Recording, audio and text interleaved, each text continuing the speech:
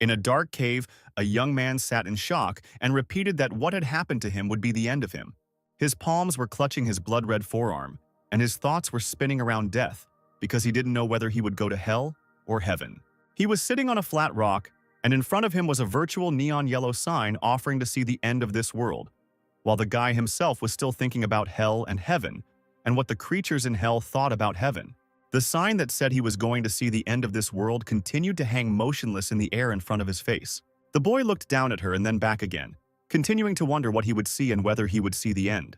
He leaned back against the stone, exhausted, closing his eyes from fatigue and falling into memories. His name was Kyle, and he was being asked about Becca, who was his sister, and someone's adult voice was advising them to rest, since it was a long way to go home, while Kyle himself was sitting in the back seat of the car and carefully holding his little sister's head.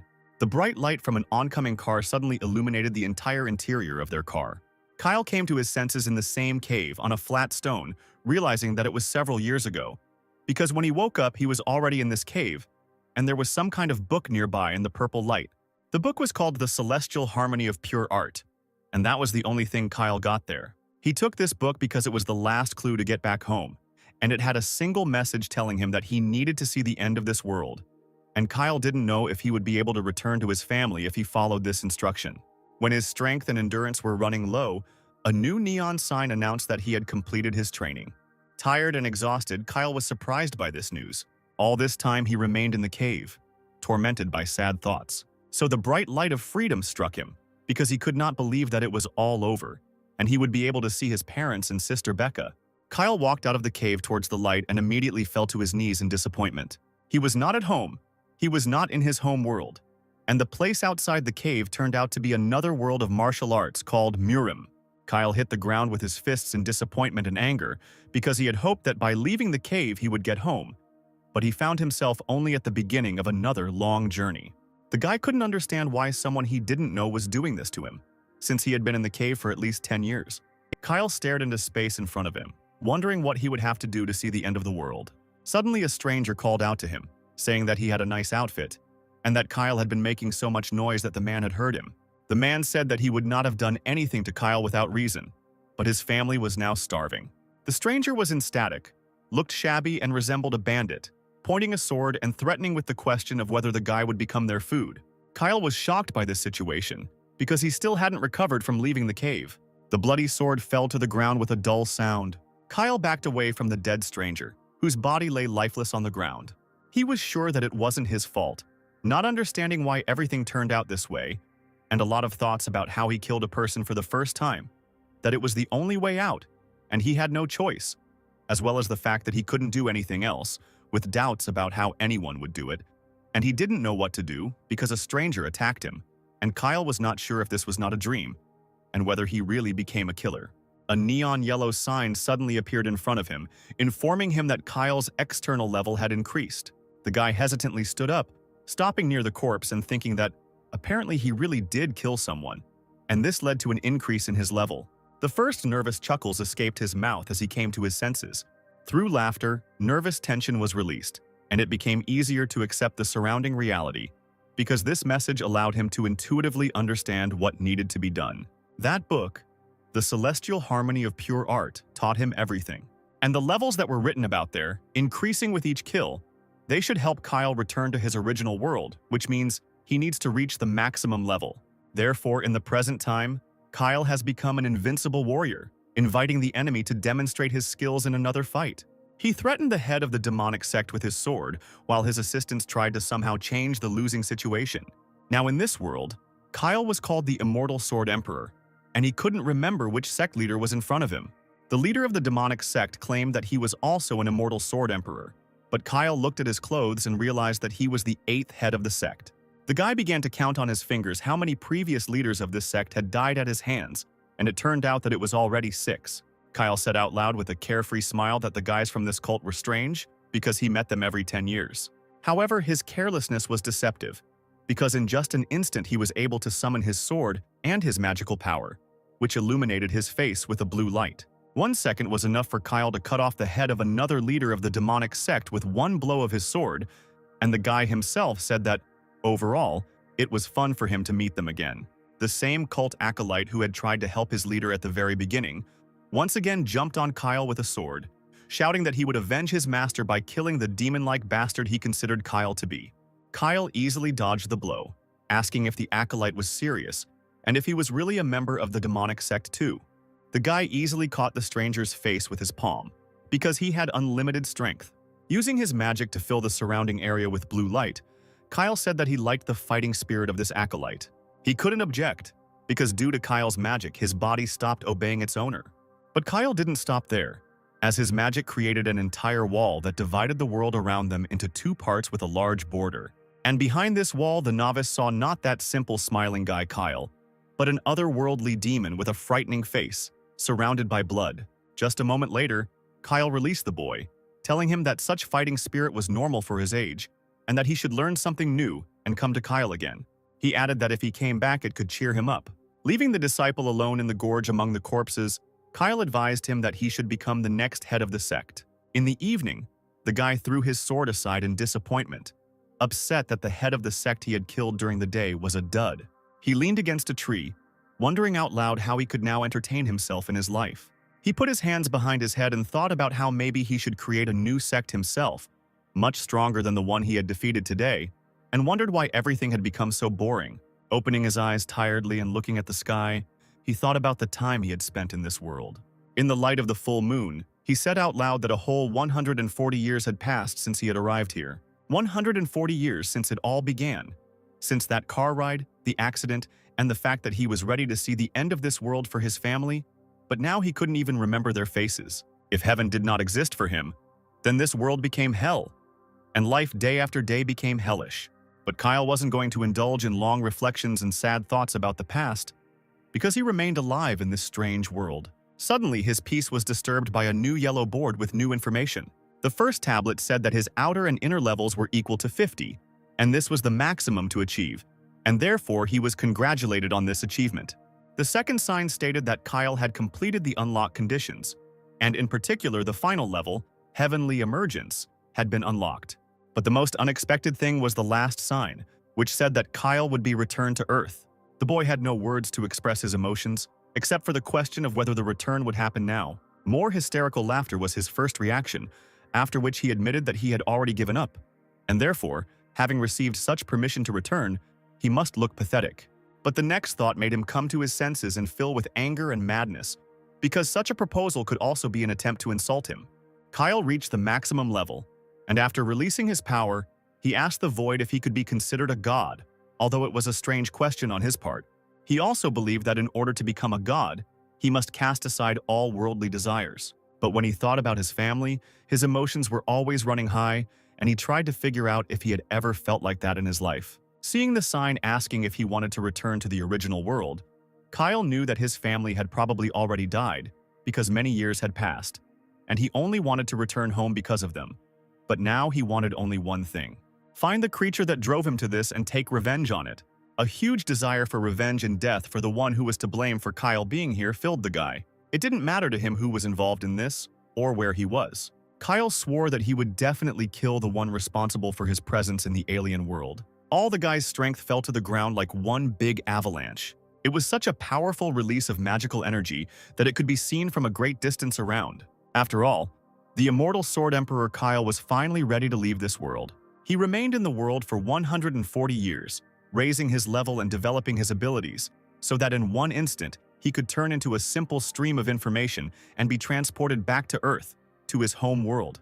On the day of Kyle's car accident with his parents in 2011, another event happened. The blonde girl, dressed in the robes of the goddess, and also accompanied by the obstacles of movement, knew more about this day than Kyle. After all, on that day a portal opened, and that day was supposed to bring horror that would threaten everyone very soon. And the goddess will do everything possible to ensure that humanity evolves to counter future threats, to stand against the horror that will come from the opening portals filled with many red eyes of huge monsters, because the goddess believes that people should not waste the blessing in vain. At this time, somewhere in another corner of the parallel world, someone's triumphant voice was heard in the silence. The chained man was glad that the alien path had finally begun, because he had waited so long for what happened, and he knew Kyle. In the real world, it was already the year 2025, and in Korea, In the dungeon of the Red Wolf, a girl, using magic, shot a bow. She shot at the huge red mutant wolves that were chasing the guy in the wasteland. The wolves were huge, had 4 eyes and huge fangs, and were intent on killing anyone in their path. But then the girl fired another arrow filled with blue glowing power using her archer skill, Power Arrow. And instead of hitting one wolf, the spell-filled arrow hit many of the creatures chasing the boy, allowing him to survive. The girl masterfully used her skills to deal with the monsters. And it was Kyle's sister, Becca, the leader of one of the groups of people fighting the monsters. She jumped down from the heights towards her rescued comrade, saying that it was not too late and they would be able to get out, while the rescued guy praised her skills. The guy was so distracted, forgetting about safety, and a huge wolf attacked him from behind, biting him fatally. Becca turned at the sound of the scream, surprised to see more wolves. The rescued man fell to the ground, quickly losing strength and life. The girl was left to watch as a huge pack of red wolves killed every person from her group before her eyes. She assessed the situation realistically, realizing that there were too many monsters and they weren't going to go anywhere, while her mana was slowly running out. She could also die if things continued at the same pace. But then she saw someone who, having barely run out into the clearing, immediately turned around and rushed into the forest.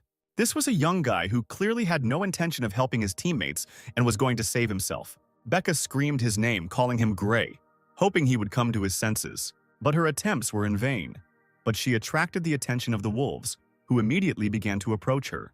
The girl tried to cast magic on the arrow, but her mana was spreading too slowly to use it quickly, and the situation was approaching the catastrophic point of failure.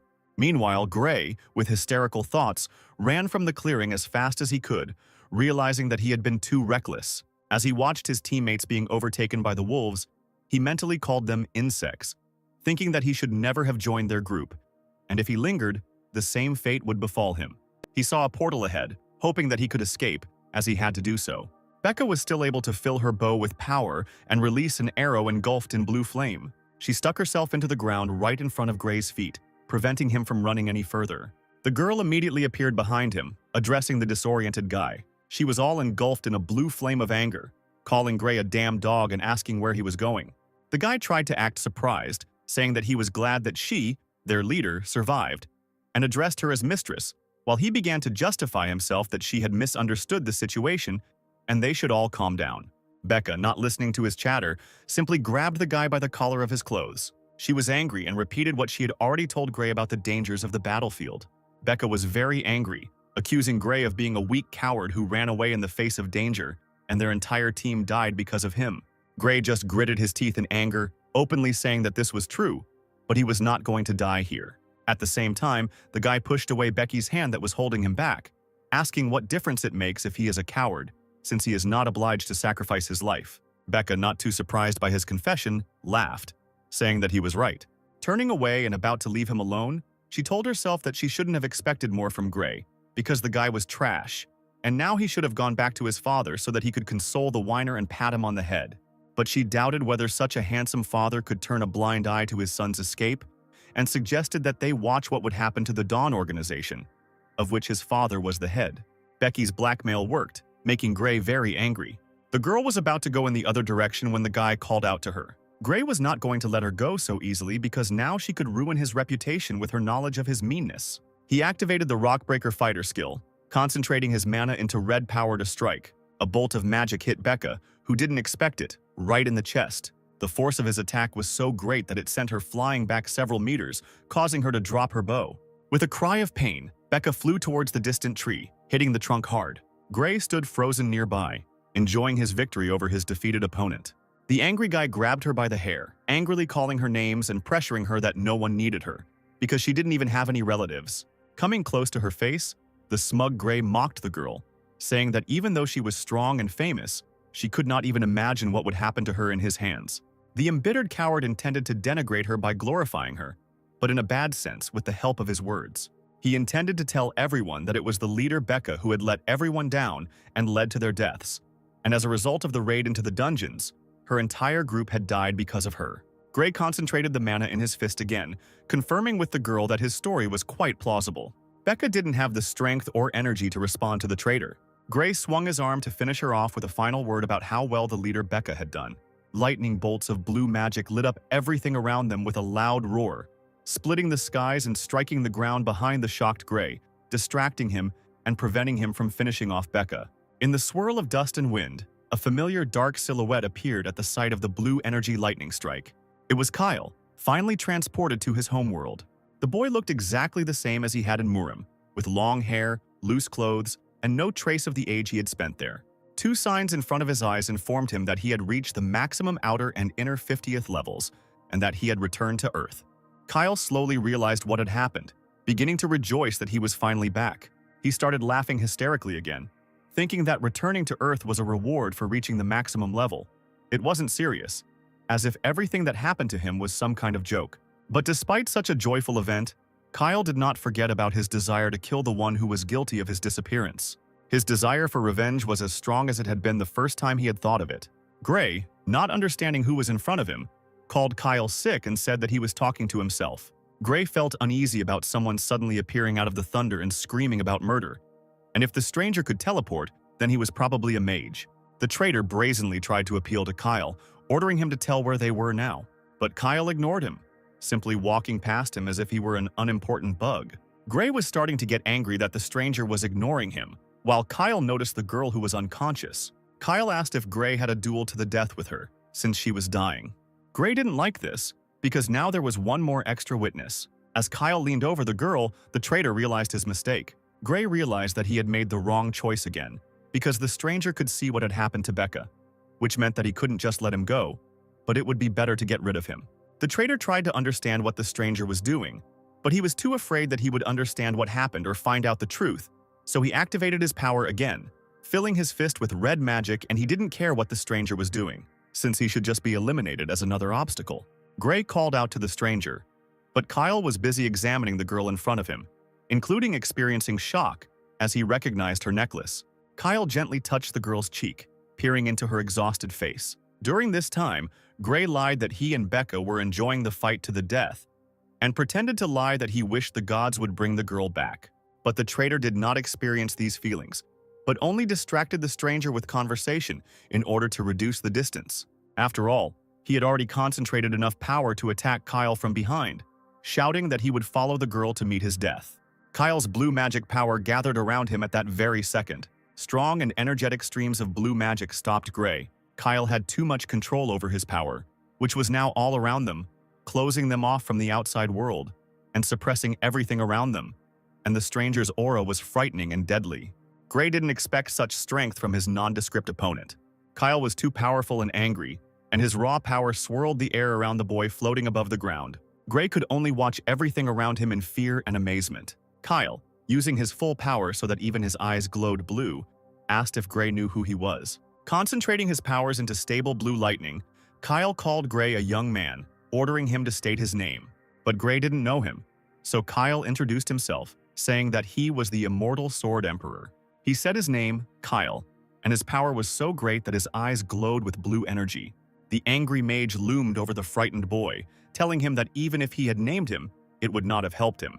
A small ball of bright neon blue light emitted from the finger that Kyle touched to the traitor's forehead.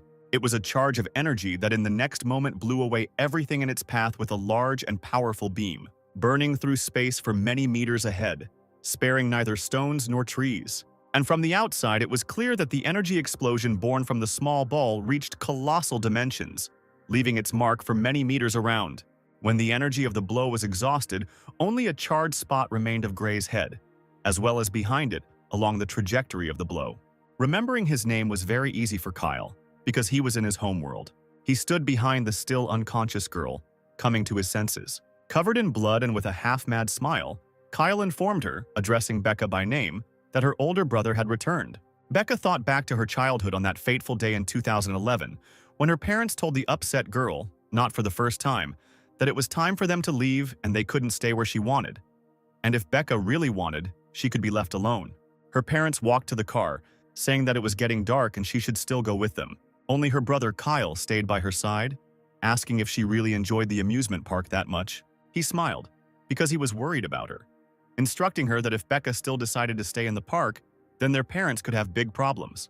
Becca didn't want to agree with him, only hugging the bear tighter. She wanted to stay at the amusement park not because it was nice, but because if she went home, she didn't know when she would see her brother next, since her mom said that Kyle wouldn't be visiting them that often since he was starting school. Kyle touched his sister's hair, calling her name to get her attention.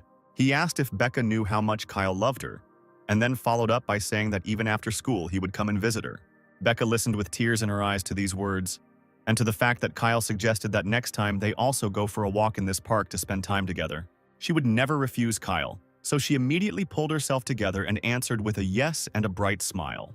So when Kai asked again if everything was okay and if she was ready to go home, Becca agreed and asked her brother to carry her to the car on his back to enjoy these moments fully. And Kyle replied that although he would carry her this time, he would not be able to do this every time because Becca was heavy, which caused his sister's feigned indignation, and she asked him to carry her every day. These were the last bright moments of her memories before the car accident that happened on the highway that same day. Becca blamed herself for the accident, thinking that it was because of her stubbornness and desire to go for a walk in the park, since their parents died in the accident. And when Becca came to in the wrecked car and called out to her brother, she received no answer.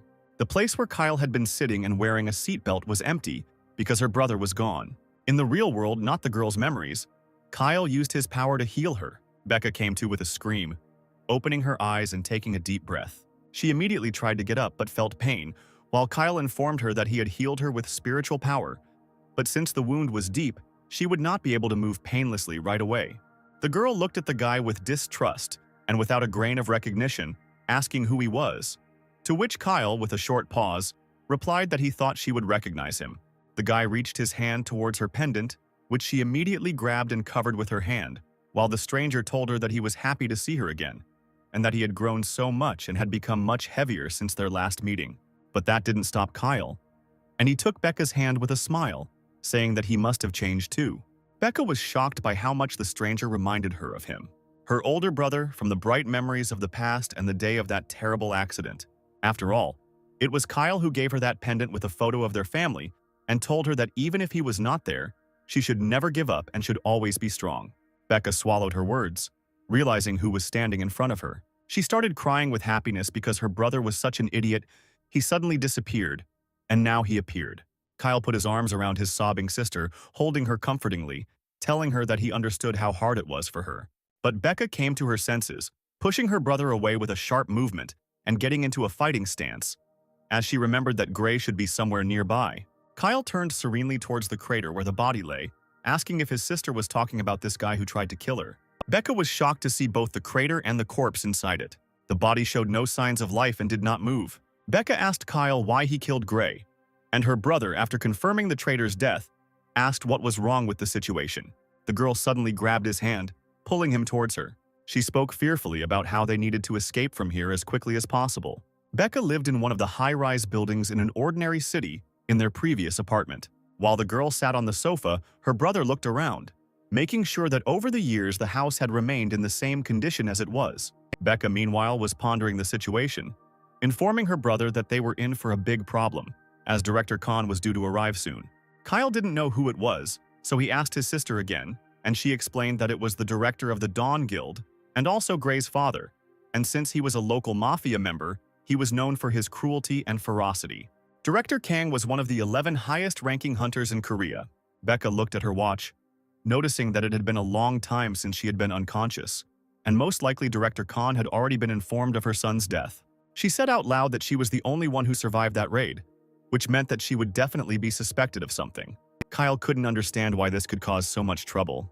The guy asked with slight arrogance that since it was causing so many problems, why couldn't it be easier for him and his sister to just get rid of this group by killing their leader? Becca immediately brought Kyle down to earth with a familial slap on the cheeks, not allowing him to pompously say that he was the immortal emperor of the sword. Although the girl agreed that her brother's words made sense, she noted that Mr. Kan's level was higher than 50th, and he also held a fairly high position. And then Becca flared up, yelling at her brother for calling himself the immortal sword emperor, wondering who even said that, what it meant, and if her brother had been gone for 14 years and now he was saying that. Was he okay?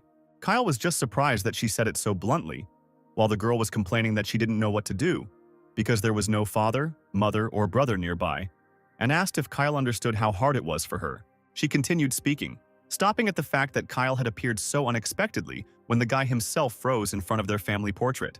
He upsetly clarified that her words meant that the parents had already died, Kyle asked his sister with some confusion if he had said something strange or if his tone had been too harsh, while the girl tried to understand what he was talking about.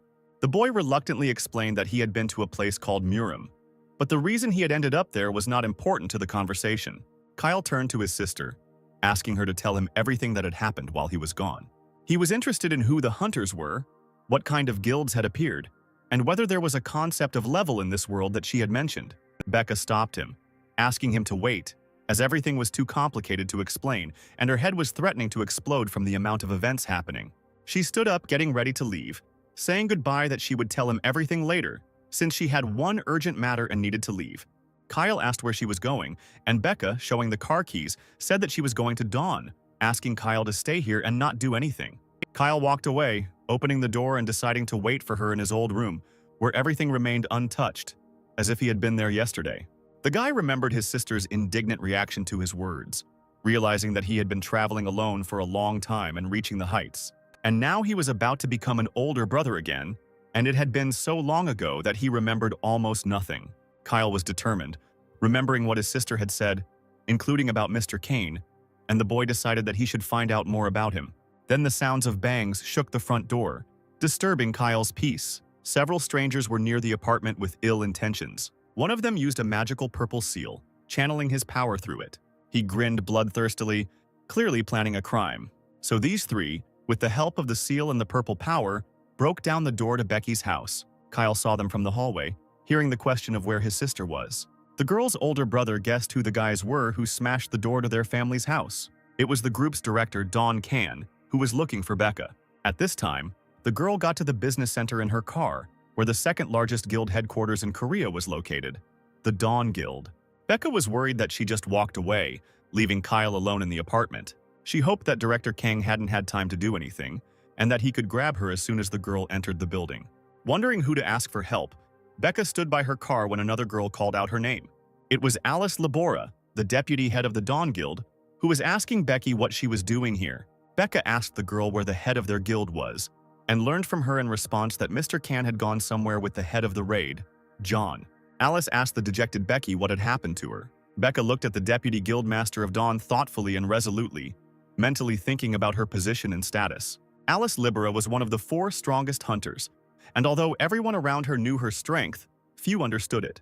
Becca didn't think about it for long, because her situation was hopeless, and there was no one else to turn to for help. So she clenched her fists tighter, preparing to tell the girl in front of her the whole truth. At this time, 3 members of the Dawn Guild froze on the threshold of Becca and Kyle's house. Kyle was angry at the invaders for coming without warning. He asked if the most impressive thug among those who came was that very Khan, and whether his parents hadn't taught him to knock on doors instead of breaking them down, to which one of the guild mockingly clarified that maybe they should go out and then knock politely so that he would open the door, indignant that they hadn't come here for a housewarming party. The same impudent guy asked Becky's brother who he was, and Khan left the guy, pulling him up and forcing him to stop arguing. The guild leader said that nothing matters and that he only cares about where Becca is now. Kyle wasn't going to make things any easier for them by asking if they were really looking for Becca or the one who killed Gray. And if the latter, then he was the one who killed Khan's son, which left the guild leader in an angry shock. Mr. Kan screamed in despair and anger, releasing his powerful red magical energy into the world around him. But Kyle was not embarrassed by this, and the guy said that since his title from Murim sounds so strange in this world, then he should be called Mr. Kyle Bennett by his family's last name. And since everyone understood everything, then they can begin, and activated his blue magical energy, concentrating it in his hands. The boy allowed Kanu to start as he wanted to see his skills, and the man concentrated all his power into the hammer to deal heavy damage to the impudent boy. They prepared for the clash, each using their accumulated energy, which in Khan's case was red and concentrated in a hammer that transformed into a sword, and in Kyle's case was blue and looked like lightning around his hand. Meanwhile, Alice, having heard from Becky the story of what happened during the raid, enthusiastically said that she wanted to see the girl's brother and that they should hurry. A fight was breaking out in the Benet house, and a sharp blast of red energy left a large, noticeable mark in the space. Khan unleashed his full force on Kyle with his blow, who was able to easily dodge the blow. The guy watched with interest that the Tao also had mysterious powers, and in this case they were similar to the spirit of the sword or its energy. Only Kyle saw that the source of these powers was different. wondering if this was the hunter power that his sister Becca had spoken of. The boy remembered how, at the moment he returned to this world, Gray, who attacked him, used the same strange power. Kyle found it funny and unusual, and he told himself that it was worth studying. Meanwhile, Lord Can, overcome with anger and despair, prepared for a new blow, concentrating all his power into the sword. He swung his sword left and right, jumping towards the enemy and using his warrior skill called sequential attack. This allowed him to quickly and presumably unexpectedly approach Kyle. The guy just stood there and didn't move, completely unafraid of what was happening and not paying attention to the red flashes of magic. Can swung his sword at him with concentrated force, intending to cut him in half. But nothing happened. The red magical energy did not cause any harm to Kyle, slowly dissipating around him. The guy told the embittered and futility-stricken Khan that it was enough, and Kyle saw everything to understand what the director of the Dawn Guild was capable of with his amazing and incomprehensible power. It turned out that the guy managed to block all of Khan's powerful attacks with his bare hands, and they didn't even push him away from his place. The guy was so strong. Kyle, with his blue eyes glowing from the magic he was using, ominously asked Mr. Can if there really were 10 more people as strong as that one in Korea. At this time, Mr. Can's assistants became active, preparing to attack Kyle from both sides, while he blocked their boss's sword with his hand. They tried to simultaneously unleash their attacks on Kyle, but were met with a blue glow that countered their attacks. The boy brushed them off like annoying flies, saying that they were just in his way, as another of the henchmen prepared fire seals to attack Kyle. The guy only had time to feel the heat from the fire directed at him. Several seals hit him directly in the back, exploding dangerously close in an attempt to damage and destroy him, because the owner of these seals, one of the minions of the guild leader, used a mage skill called fireballs. Director Khan and the others watched as the flames exploded right next to Kyle, and one of the henchmen cried out triumphantly that they had succeeded. Several more of the guild's henchmen rushed at Kyle's figure, which was blazing with magical fire, with swords, intending to pierce him through and through. Only now, Becky's brother, still engulfed in magical orange flame, once again stopped the blade aimed at him with his bare hands, in addition to reporting that the attackers had exceeded all his expectations. True, with the next phrase he doubted his words in anger, also easily breaking the attacker's sword, as if it was made of plastic. The guild's henchman's eyes widened in horror, as he had not expected this. Kyle activated his power again, which immediately engulfed his body in blue magical fire, dispelling the orange flames and throwing back the attackers. The minions couldn't understand why he was so strong and what he was doing at all. Kyle was simply shaking off his clothes, as if he was shaking off not the consequences of someone else's attack, but light dirt. He glanced briefly at the calendar, finding confirmation of his sister's words that he had only been gone 14 years, although he had been in Murim much longer. But now, when he assessed the abilities of the minions of the Dawn Guild who attacked him, he realized that their level was quite good, but their abilities were similar to innate talents that had been developed over the course of 1,000 years. And looking at the guild leader, Kyle did not understand how people were able to overtake Murim in 14 years, and such as the guild leader and his minions could only be found a couple of people in each generation, which was absurd and did not fit with reality. Kyle also remembered that he himself was a similar mismatch, as in Murim he had a low cultivation level, but he was much stronger than many. That is why he was able to defeat a huge number of opponents when he fought in Murim, and the reason was that the hierarchy of Murim's power did not affect him, and the power of those around him was just words for him. He then took advantage of the idea of rebuilding his abilities and becoming the pinnacle of power, so Kyle defeated everyone in Murim who was even the least bit interesting or dangerous to him. Alice and Becca hurried across the bridge to Benna's apartment. Becca herself, while driving, could not believe that the deputy head of a large guild wanted to see her brother. The girl glanced furtively at Alice, wondering why such an influential girl as Labora needed her unremarkable brother, and the difficult question remained whether Alice was their friend or enemy. Then, in the parking lot, Alice asked Becky for permission to meet her brother, Kyle Bennett, promising that in return she would report the incident with Gray as an accident. Libera also promised that she would talk to the guild director, and Becca thought that this was an excellent and generous offer that she shouldn't refuse.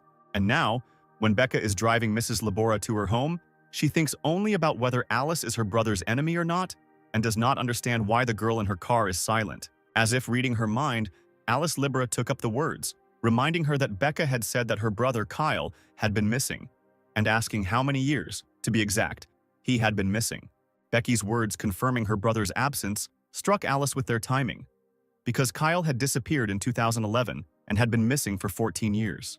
It seemed that Alice understood perfectly well where Becky's brother was, since she, like Kyle himself, translated 14 years into 140, which in reality passed in Murim, and Libra was even afraid to imagine in her mind how strong the guy would turn out to be. Therefore, the deputy head of the guild Dawn asked another question, asking Becky what kind of person her brother was, to which the girl hesitantly answered that he was sweet and kind, remembering his former self.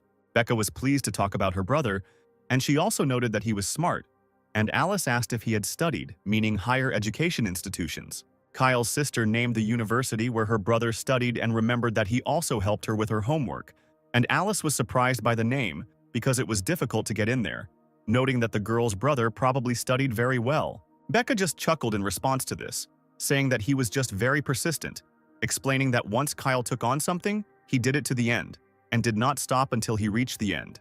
At this time, in the Bennett family's apartment, Kyle pointed his finger at another henchman of the Dawn Guild leader, standing at a short distance. Becca's brother, completely ignoring the swordsman who was furiously attacking from behind, asked the guy he pointed his finger at to use his strange aura again, because he had never seen such power in Murim. Having deflected the swordsman's attack from behind with one of his right hands, Kyle sternly asked not to interfere with him, since this attacker did not interest him.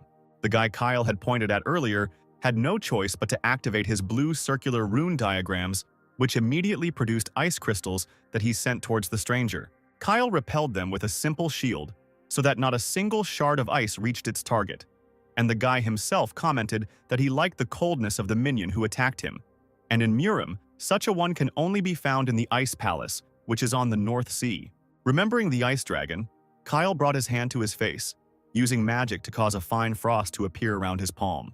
In an instant, he turned this frost into huge ice dragons that were summoned to attack the guild minion who attacked him with ice crystals. The dim-witted Ice Lord was immediately frozen by the ice dragons, unable to withstand Kyle's power. The henchman with the shield only managed to shout for help in an attempt to escape, but Kyle noticed his escape as soon as he turned around at the sound. It turns out that the henchman couldn't leave the apartment after encountering a bluish magical barrier created by Kyle, and no amount of punching or appealing to the leader could help him. A bright blue beam pierced the head of the shield-wielding henchman, killing him instantly. Khan called out to the shield guardian who had fallen to the ground, while Kyle noted that the warrior with the shield should stand in the vanguard and stop the enemy's attacks. But this one had cowardly fled, showing his back. Kyle appeared behind Guild Director Khan, announcing that it was now his turn. He asked the man with a grin that he hadn't expected something like that, and asked if everyone here was that cowardly. At this time, the man tried to feverishly figure out who was in front of him and why such a young guy owned both ice magic and protection, and could emit a strange beam from his fingers, not understanding what it was, and doubting whether it was magic, and not understanding how the magician could stop his attacks. Khan noticed that if he looked at the world around him, despite the large scale of their battle, there was absolutely no damage to the house, wondering if it was an accident. Khan called Kyle a bastard, asking what he had done magically to the place, and if he had prepared for their arrival. Kyle grinned and told the man that he simply used the soul of his sword and covered the entire space around him with it, since he had not been home for a very long time, and he could not allow the guild members to destroy everything around him. The guy remembered the past, realizing that he would not be able to explain it in more detail, since it was difficult. But he explained that as soon as the invaders entered this house, they immediately found themselves in a world ruled by Kyle. Guild President Dawn became angry at this response, activating his power again and preparing to attack Kyle, considering him a monster. The man didn't intend to die in this place, so he gained enough strength to activate the Berserker skill. He used up most of the red magic power swirling around him, and used the next skill called Fury. Kyle, as always, calmly watched what was happening, generally agreeing that for someone he might be a monster. But the red flashes of someone else's magic did not frighten him at all, and he only thought out loud that the aura around Khan had increased. And for now, Kyle did not know what the man was going to do next. The guild leader once again prepared his magic-infused sword to attack Kyle in rage mode. He used the same technique, making many strong and fast strikes in an attempt to hit the guy, but Kyle dodged them without any problems, as if he saw all the movements in advance. Bart Becky replied that this didn't make Khan any better, but rather, it was as if he had lost his mind and become crazier. Kyle directed his power into the sword lying on the floor, broken at the end, filling it with blue magical energy and lifting it from its place, calling it to him. He no longer had any desire to stand on ceremony with the guildmaster who had disturbed his peace, so he simply prepared for the blow, adding more of his power to the sword. One precise swing of the blade was enough for Kyle to strike the man, fatally slicing his body. The guy himself simply passed his opponent without receiving a single scratch. Khan only had time to try to call Kyle a monster again, to which Becky's brother said that he should know his place. Turning around covered in blood, he noticed that Khan was nothing compared to the immortal sword emperor that was Kyle. Soon Becca brought Alice to her apartment, inviting her to come in and walk through, but was surprised that the front door was open and looked inside in shock.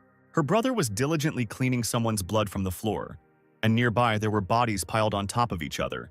And when his sister indignantly asked what had happened and why the front door was open, he only said that she was late. Wringing out a blood-stained rag, Kyle simply said that his sister shouldn't be surprised because they were guests he had invited to their housewarming party. But Becca didn't understand anything, indignantly asking what kind of housewarming party it was and how it could turn into a bloodbath. The sister insisted that she had just arrived and this had happened, and insisted that his brother explain himself. But Kyle only replied that he liked his sister's determined look, and that in the world of Miriam, she would have become much stronger.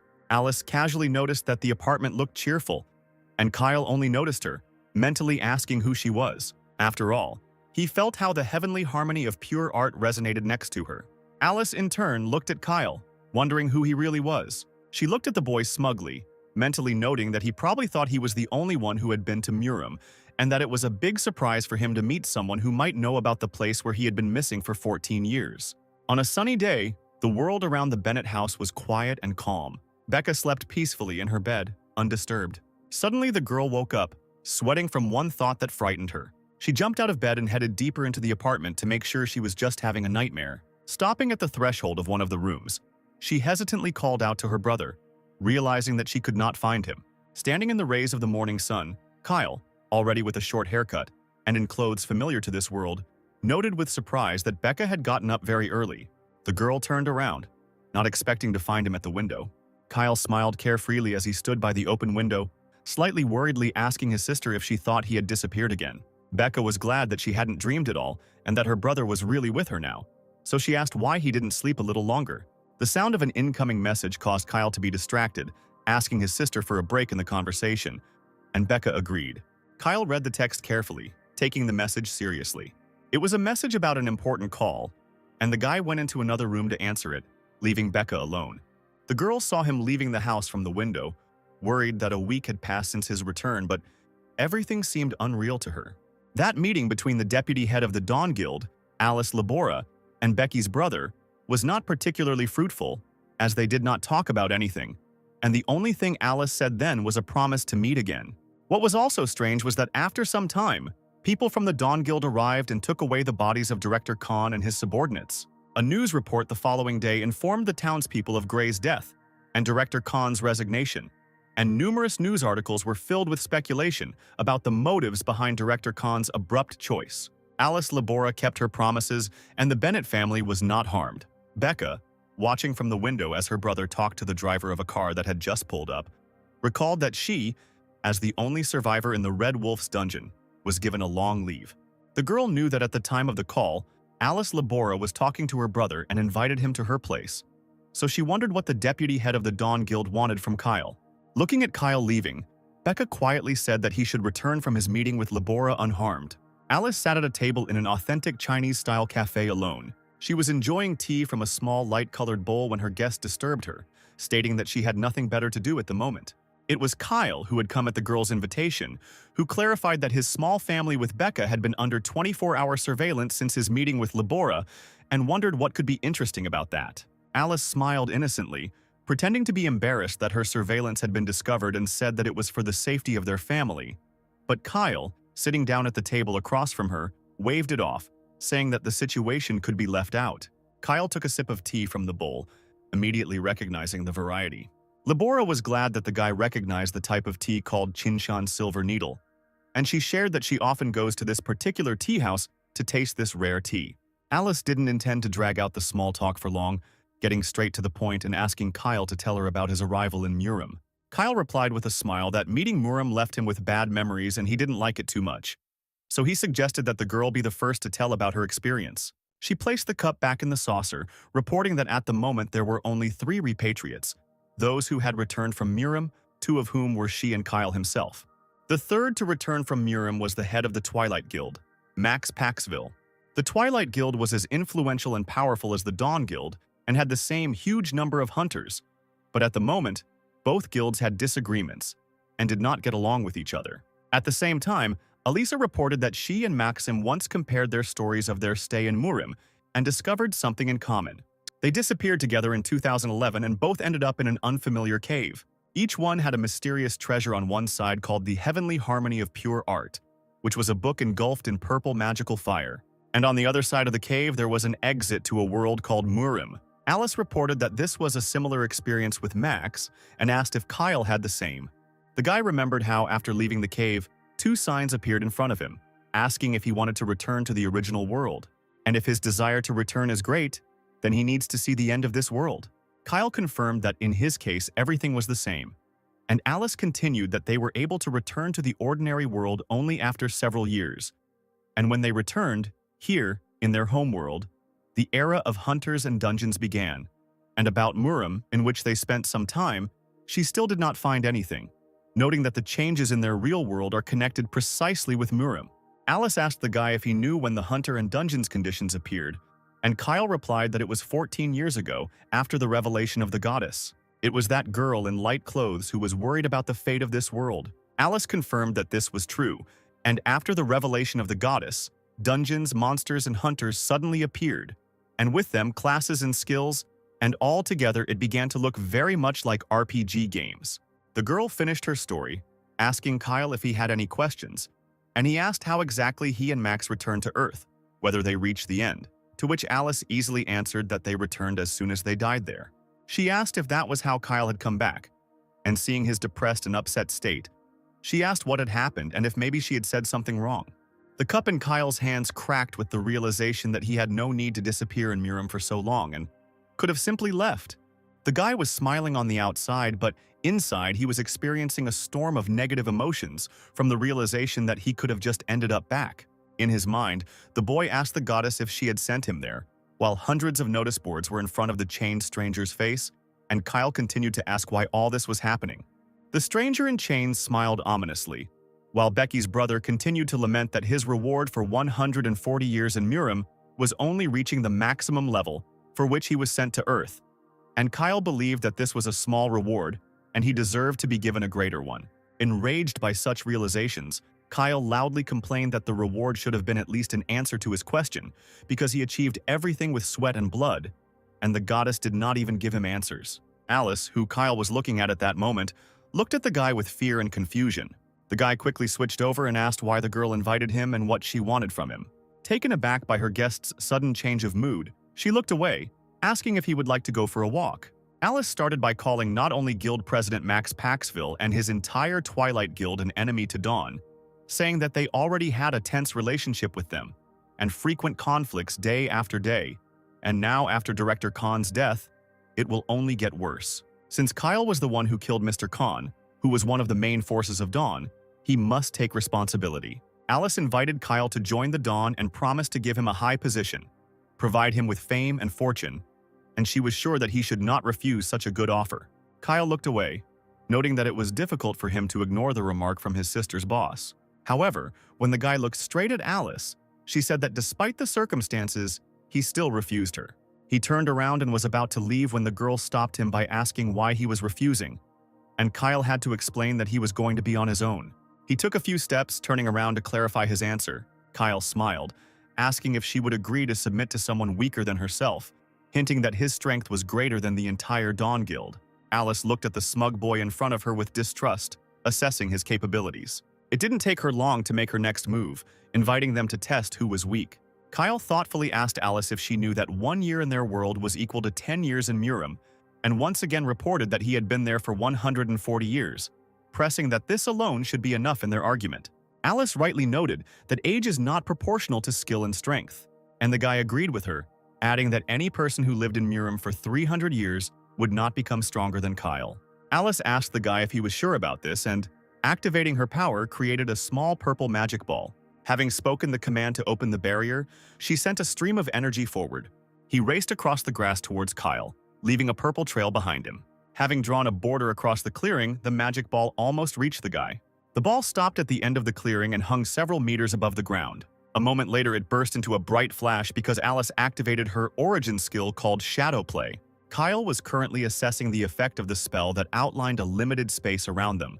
Noticing that some of his feelings had left him and the space around him had become darker, he also estimated that the radius of action was 50 meters, and in Murim, it would take a lot of time and effort to create such a form. Alice, watching with the guy as the ordinary world was left behind the curtain of the spell, explained that this was her origin skill. She said that what was happening could be considered the creation of a new space that imitated the real world, and from the outside it looked like they just disappeared. Alice stepped forward and noted again that such a skill was called Blood Plum Blossom in Murim, and she had never failed an assassination mission using it before. Kyle noted with a grin to himself that now it was clear why she could kill easily, and also clarified that their fight now would be comparable to a fight against water with tied hands. The girl, having activated first one and then the other sword with her magic, which enveloped the weapons in bright crimson flashes, said that it was easy to get out of this space, and all that was needed was to kill her. Alice looked scary as she swung her blades, adding that the second way to exit the illusory world was the death of Kyle himself. Kyle took her words too lightly, noting that it was quite funny that she was trying to kill him, and noting that such a skill could be used for more than just locking. The girl didn't have enough self-control to stand on ceremony with the guy, and she made a sharp lunge, trying to reach his neck with the blade. Approaching Kyle, Alice agreed with him, continuing her attack. Only all the attacks and attempts to get Kyle remained unsuccessful, and the guy easily dodged, not allowing himself to be harmed. Alicia took a step back to swing for another blow.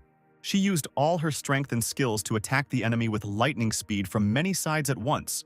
But this was not a problem for the guy, and he easily repelled all her attacks with his hand. Kyle kept an indifferent expression on his face, as if the girl's blows could not even theoretically cause him any significant harm. Alice took a few steps back in order to gather her strength and approach the enemy with a new attack. She crossed her blades to direct a new stream of attack magic at Kyle. The boy had to jump back to avoid the blow, noting that he found it interesting that Alice was able to change the direction of the daggers with one hand, and that it was a unique form of weapon.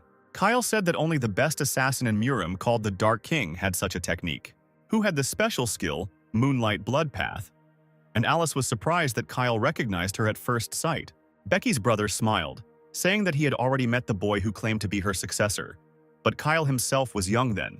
While finishing off the girl morally, he says that this is why he instantly killed him. Alice froze in shock at this news, not expecting such a denouement. Kyle stood to the side, saying that he would give the girl 3 tries to use her Murim skill to try to get him, and if she could hurt him, he would agree to join Dawn. The guy asked her to start, and Alice tightened her grip on her dagger. She began to concentrate mana around herself again, creating a dark red cloud of power, agreeing to begin attacking. Kyle, observing not only Alice but also his own feelings, noted that in the world Labora created, it was as if the feelings disappeared, as if there was nothing there, and he even slightly felt like a lost kitten in a huge hostile environment, wondering if this was the effect of her skill and power. Meanwhile, smoke swirled in the dark red fog, creating whirlpools within which purple magical flashes were born, clearly posing a threat to Kyle in the future. The guy watched this with a relaxed smile, as if he saw nothing new in this kind of technique. Meanwhile, the magical clots soared upward, uniting into a large whirlwind not only from the air, but also from the stones. For a few moments they hung high above Kyle, and then, filled with magical energy, they gained strength and chose a direction to strike. In an instant, they all rushed down to attack the guy who had jumped to the side, gaining speed and trying to inflict significant damage on him. Kyle extended his hand, quickly summoning his blue magical energy and concentrating it in one place. He fired a multitude of magical charges to the sides, smashing all the projectiles flying at him with his blue energy fire. The guy jumped to the side, watching as his mana easily destroyed the hostile red flashes. He raised his hand in a defensive gesture, commenting on his opponent's attack as not bad. His outstretched hand was a shield for Alice's next attack, which Kyle easily calculated, parrying without the slightest loss to himself. He chuckled and informed the girl that she was quite far away, noting that it was her second attempt, causing the girl to be displeased with his reaction. She jumped to the side to maneuver, noting that she knew about it. Having retreated a short distance for the next attack, Alice reported that in the world of Murim there was the strongest man named Shaolin, and he lived there for 150 years. And since Kyle lived there for about the same amount of time, he was most likely comparable to him in strength. Kyle, who did not attach such pathos and significance to this, and even after Alice's words that most likely in the world of Murim he was the strongest person, only nodded, disinterestedly agreeing, striking the girl with his indifference. Alice activated her energy streams, which immediately raised pillars of stones from the ground nearby, showing their power. The girl, surrounded by dark, bright streams of her energy, spoke out loud about her desire to kill Kyle, wondering what would happen next. Will she become the strongest of Murim, while surrounding her with streams of powerful dark energy mixed with Kyle's stones? The guy, who was calmly watching what was happening around him, chuckled, saying that she was most likely right. He continued to watch as Alice lifted many large rocks from the ground with the energy streams of her mana, concentrating the small streams into one large one, and wondered if she had enough strength and power to actually kill him. The girl did not listen to him, completely concentrating on using her power, which filled everything around with magical strands, lifting everything up. Alice used all her power, using an assassin skill called Shadow Daggers. The large pillar of energy and stones that formed behind her easily obeyed her when she used the skill, and the girl, with a cross-shaped swing of her arms, directed all the magical daggers towards her opponent in a deadly attack. Kyle stood in one place on purpose, watching as the magical energy wrapped around the stones turned into deadly tendrils heading straight towards him. The boy used just one skill called Sword Soul to create a small beam of energy and protect himself. But its power was so great that the force of the explosion from even a small energy ball was colossal. This energy and power was enough to dispel all the dark red magical strands that were meant to kill him in an instant. Alice could only marvel at the strength and power of this guy. True, following the flash that almost blinded her, a huge stone flew at the girl, which she did not expect at all. She tried to move to avoid it, but realized it was impossible. Something was holding her back, not allowing her to move even a centimeter from the place where the huge stone had attacked. Someone's hand swung forward with force to strike. Kyle stood between Alice and the huge stone, shattering it into 100 small pieces with one blow of his fist, which flew in the opposite direction from the force of the blow, thereby saving her life. Alice looked at his hand, which was completely unharmed by the blow, as if enchanted, and Kyle himself said with a smile that this was her third attempt, but if she wanted, they could continue. The girl, trembling from the horror of imminent death, answered with a short pause that no, she would not continue, admitting that she had lost. The pink curtain that separated their illusory world from the real one slowly dissipated. Alice promised Kyle that this would not happen again and asked permission to ask one thing. The girl was slightly wounded, while Kyle didn't have a scratch, and she wanted to know what the guy had done, because for a moment it seemed to her that she was fighting an invincible creature whose capabilities were beyond this world. The boy slowly lowered himself to the ground, crossing his legs, to tell her in detail why this happened, starting with the fact that he assumed that this would happen if they fought in that illusory space, and that if there was an ordinary person there, he would be killed immediately, even if his strength was beyond the pale. Alice listened to the guy's words in shock, surprised by what he was saying, because she was able to survive. She tightened her grip on her dagger, asking one simple question to find out just how strong Kyle was. He noted that the girl was very effective in combining her martial arts with her skills, and that was the answer. And the guy also noted that he would like to return to their previous conversation. While Alice was hiding her twin blades in her magic pocket, he said that he would still like to accept her previous offer of cooperation, but on his own terms, which consisted of material support for Kyle and his family, as well as providing them with information, for which the guy himself would help the Dawn Guild. The only condition was that he still had no intention of becoming a member of the guild, intending to maintain his status as an outsider. Kyle suggested that Alice evaluate this as an alliance, since the guy did not want anyone to command him or help him. The girl, having listened to him thoughtfully, after a short pause replied that she agreed to his conditions, but asked him to promise one thing. Alice asked Kyle Beckett that he would not support any other guild except Dawn, including Twilight. The guy stood up from his seat with a smile, saying that she shouldn't even swear off something like that. Extending his hand to Alice, Kyle introduced himself once again, stating his title as the Immortal Sword Emperor, and stating that he would not betray his word. In his mind, he added that this was generally part of his plans, since he was going to fight the strongest of this world. And out loud, he asked the girl to remove all the security and surveillance that she had put on their family, saying that he tolerated them only because of his sister's work. But now, he did not know what could happen to them, hinting to the girl that she should understand what he was warning her about. Alice did not answer directly, once again reminding that she was not going to harm their family. And Kyle thanked her for understanding this situation, hoping that she would remove the surveillance voluntarily, meanwhile drawing attention to the girl's injury. And the next moment, the guy tore off part of the sleeve of his top shirt.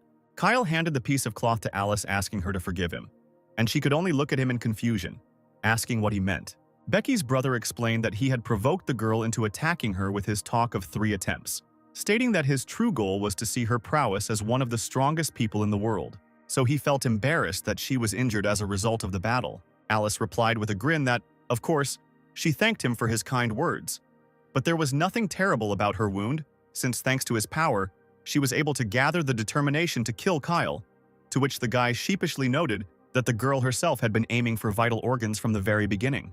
Meanwhile, Kyle wanted to ask one more thing, clarifying why in the world of Murim, Alice chose the path of a killer. The girl just chuckled, noting that she didn't think that Kyle was thinking about something like that. Because in that first cave, where all the people who ended up in the training world ended up, she almost went crazy, and she had a crazy desire to kill someone, so she stopped on this path. Kyle took note of the girl's choice without responding. He again remembered the system messages popping up, asking if he wanted to return to the original world.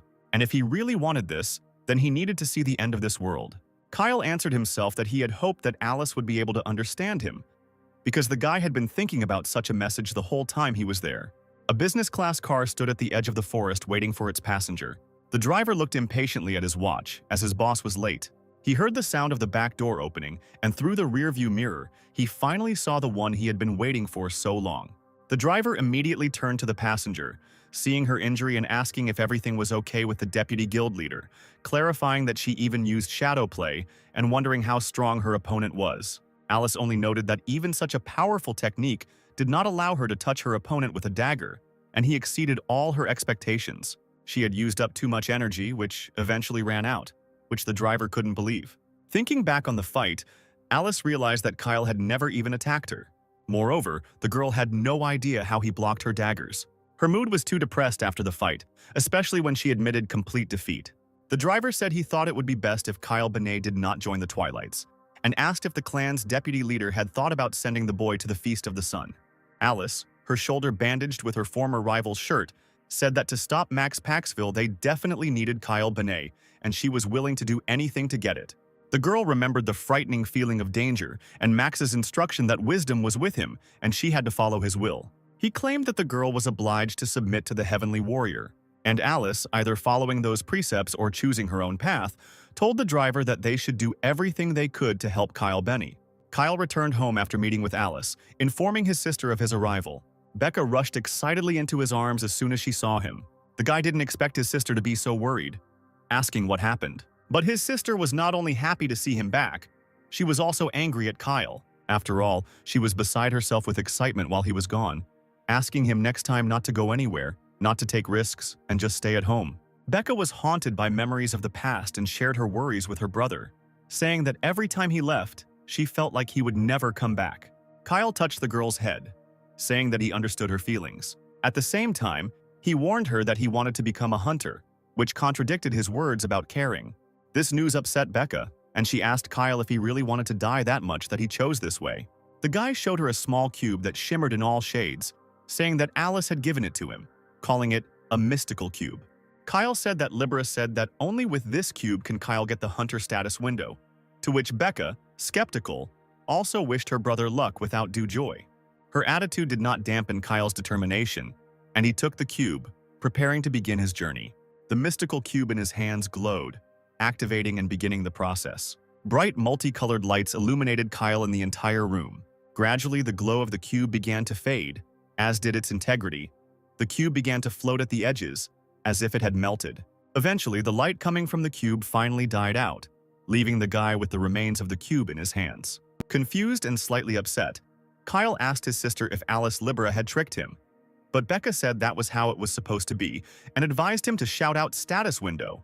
The brother listened to his sister's advice and said the cherished phrase, immediately after which 2 different information boards opened in front of him, one of which was blue and the other yellow. The yellow one was a status window from the Murim world, and Kyle had never seen it before, and it showed his strength from that world, telling him that his level was 100, which was the maximum, and all his other skills were also developed to the maximum level. When Kyle looked at the blue sign trying to figure out what it meant, he was met with empty meanings. The blue plate symbolized the hunter's status window, characterizing Kyle, stating that he was level 1, his health bar was full, and he had one attribute point available that he could use on strength, endurance, agility, intuition, or spirit. The thing that interested Becca most about her brother's sign was what grade he was in. But when she saw the necessary line, she froze in shock, because the sign said that Kyle had no class. Delighted with the negative result, she told Kyle with a joyful smile that the hunter was definitely not his, and he should just forget about it. And Kyle looked at her in confusion, asking why she decided so. Becca asked if she had told him about the hierarchy of hunters, and realizing that she had not, she said that hunters were divided into 6 classes, the first of which were warrior, priest, and mage. Then came the priest and the assassin and the archer. But there were many more classes, if you include the higher ones, and these 6 were considered the main ones. For example, Becca was from the archer class, and her highest class was a sniper. And the girl also added that the main classes are innate and cannot be changed in any way. And Kyle has no class at all, which means he never had a chance to begin with and never will. Kyle, defeated by this knowledge, sat there dejected, while Becca continued, informing him that it was possible to become a hunter in general without a class, and the whole problem was only in skills, hoping that in this way she would be able to completely demotivate her brother, and hope that he would give up. To increase his level, according to Becky, a hunter needed experience, and points could only be obtained by defeating a monster, but this required skills. And unlike hunters with 6 main classes, hunters without a class did not have these skills, and they could only be obtained through the skill cube. But the cheapest cube with hand-to-hand combat skill cost 20 million, and fencing cost 25 million, which were huge sums. Becca frowned, turning her gaze to Kyle. The sister asked him with a demonic smile if he had any money, causing Kyle to turn away. A sudden thought struck Kyle, keeping his spirits up. He had Alice Labora, and the deputy head of the Dawn Guild must have a lot of money. And this thought encouraged Kyle and made Becca turn away in annoyance, upset that she could not dissuade her brother. Kyle took a breath, mentally noting that he might have had problems without this alliance with the Dawn Guild, but then he remembered that it wasn't his biggest problem. Thinking back to his life in Murim, he wondered why he had no class, since he was a genius, which he thought would never be seen in Murim history. And here, he had no talent as a hunter, since such a discrepancy was impossible. Mount Chia, located in the training dungeon of the Dawn Guild, was calm, and strange rabbits were jumping around. Up close, they looked like cute little animals with red fur collars. But this was a deception, because the rabbits were actually skill training monsters. And because of them, this dungeon was called the Rabbit Dungeon. Becca just destroyed one of them with a well-aimed shot of a fire arrow from her bow. The girl turned to her brother, asking if he had seen it, and Kyle, not too impressed, stated that yes, they had caught a rabbit, without understanding what it meant. Becca reproachfully replied that with such an attitude, all novice hunters come to a bad end, and before their eyes the defeated rabbit turned into a red gem, and Kyle said that this would not happen to him. Picking up the gem from the ground, he asked Becky if it was a monster stone, and if it was exchanged for money, which she confirmed, adding that the gem was an environmentally friendly natural resource that generated a huge amount of energy when processed, and it was because of such stones that nuclear power plants disappeared one after another. At the same time, Becca warned her brother to be careful, because no matter how strong Kyle is, he does not know what can happen in the dungeon. At this time, the guy killed many rabbits at once with a series of light blows, causing his sister to look at him in bewilderment. Annoyed that he wasn't even listening to what she was saying, Becca watched her brother from the sidelines while Kyle realized that using normal attacks to defeat monsters wasn't giving him any experience. His blue hunter stat plate was completely unchanged. Taking a closer look at her, he noticed that she had fencing skills. He decided to ask his sister about this skill. While the sign said that this skill was a class skill, was passive and used without spending mana, had a rarity of D, which meant that it was available to everyone. Also, the mastery level was D, indicating the lowest value. And it was also a warrior class skill. It was possible to improve it, and it was activated automatically when using a weapon, which was a sword. Becca patted her brother on the shoulder, telling him not to worry and that they had a whole dungeon to themselves, and he would be able to master the skill in no time, while Kyle was shocked to see that the rarity and skill level were very low. The guy had never had a D level before, which didn't make him happy at all. His sister was trying to get through to him at the time. arguing that although she didn't know what kind of contract Kyle had with Alice Labora, the deputy head of the Dawn Guild was an unusual person, and Becca was sure that she would try to get the most out of Kyle's presence in the clan. But looking at her brother, she realized that he was not listening to her at all. Becca called Kyle again, seeing that something strange was happening to him, as if he was using his power, and his eyes were glowing blue. The girl called out to him in confusion, wanting to attract his attention. She already wanted to touch him, but he himself intercepted her hand. He turned around with a happy smile, announcing that he had found a better place. They moved there quite quickly. Becca froze in shock, looking around, unable to utter the question the first time, stopping only at the word, "How much?" This part of the dungeon was outwardly no different from the previous one, but there were so many rabbits here that Becca couldn't ask exactly how many there were the first time, finally asking the cherished question, to which Kyle calmly replied that there were exactly 337 of them, specifying that he counted them along the way.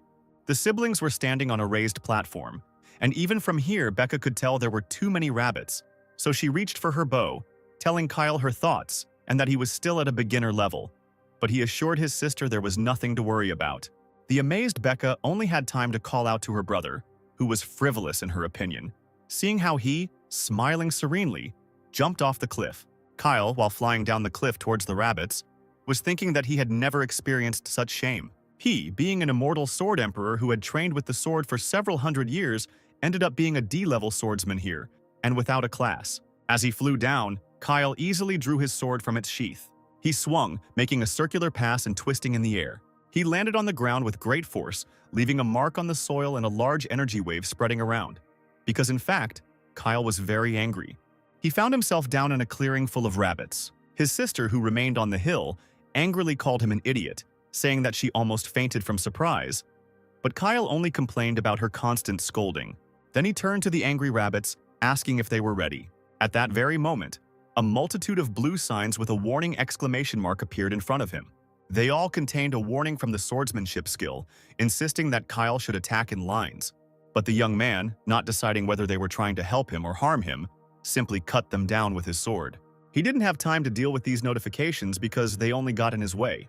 He was determined, and some incomprehensible notifications were just an unnoticeable hindrance. As soon as Kyle got rid of the signs, many rabbits immediately rushed to attack the frozen guy.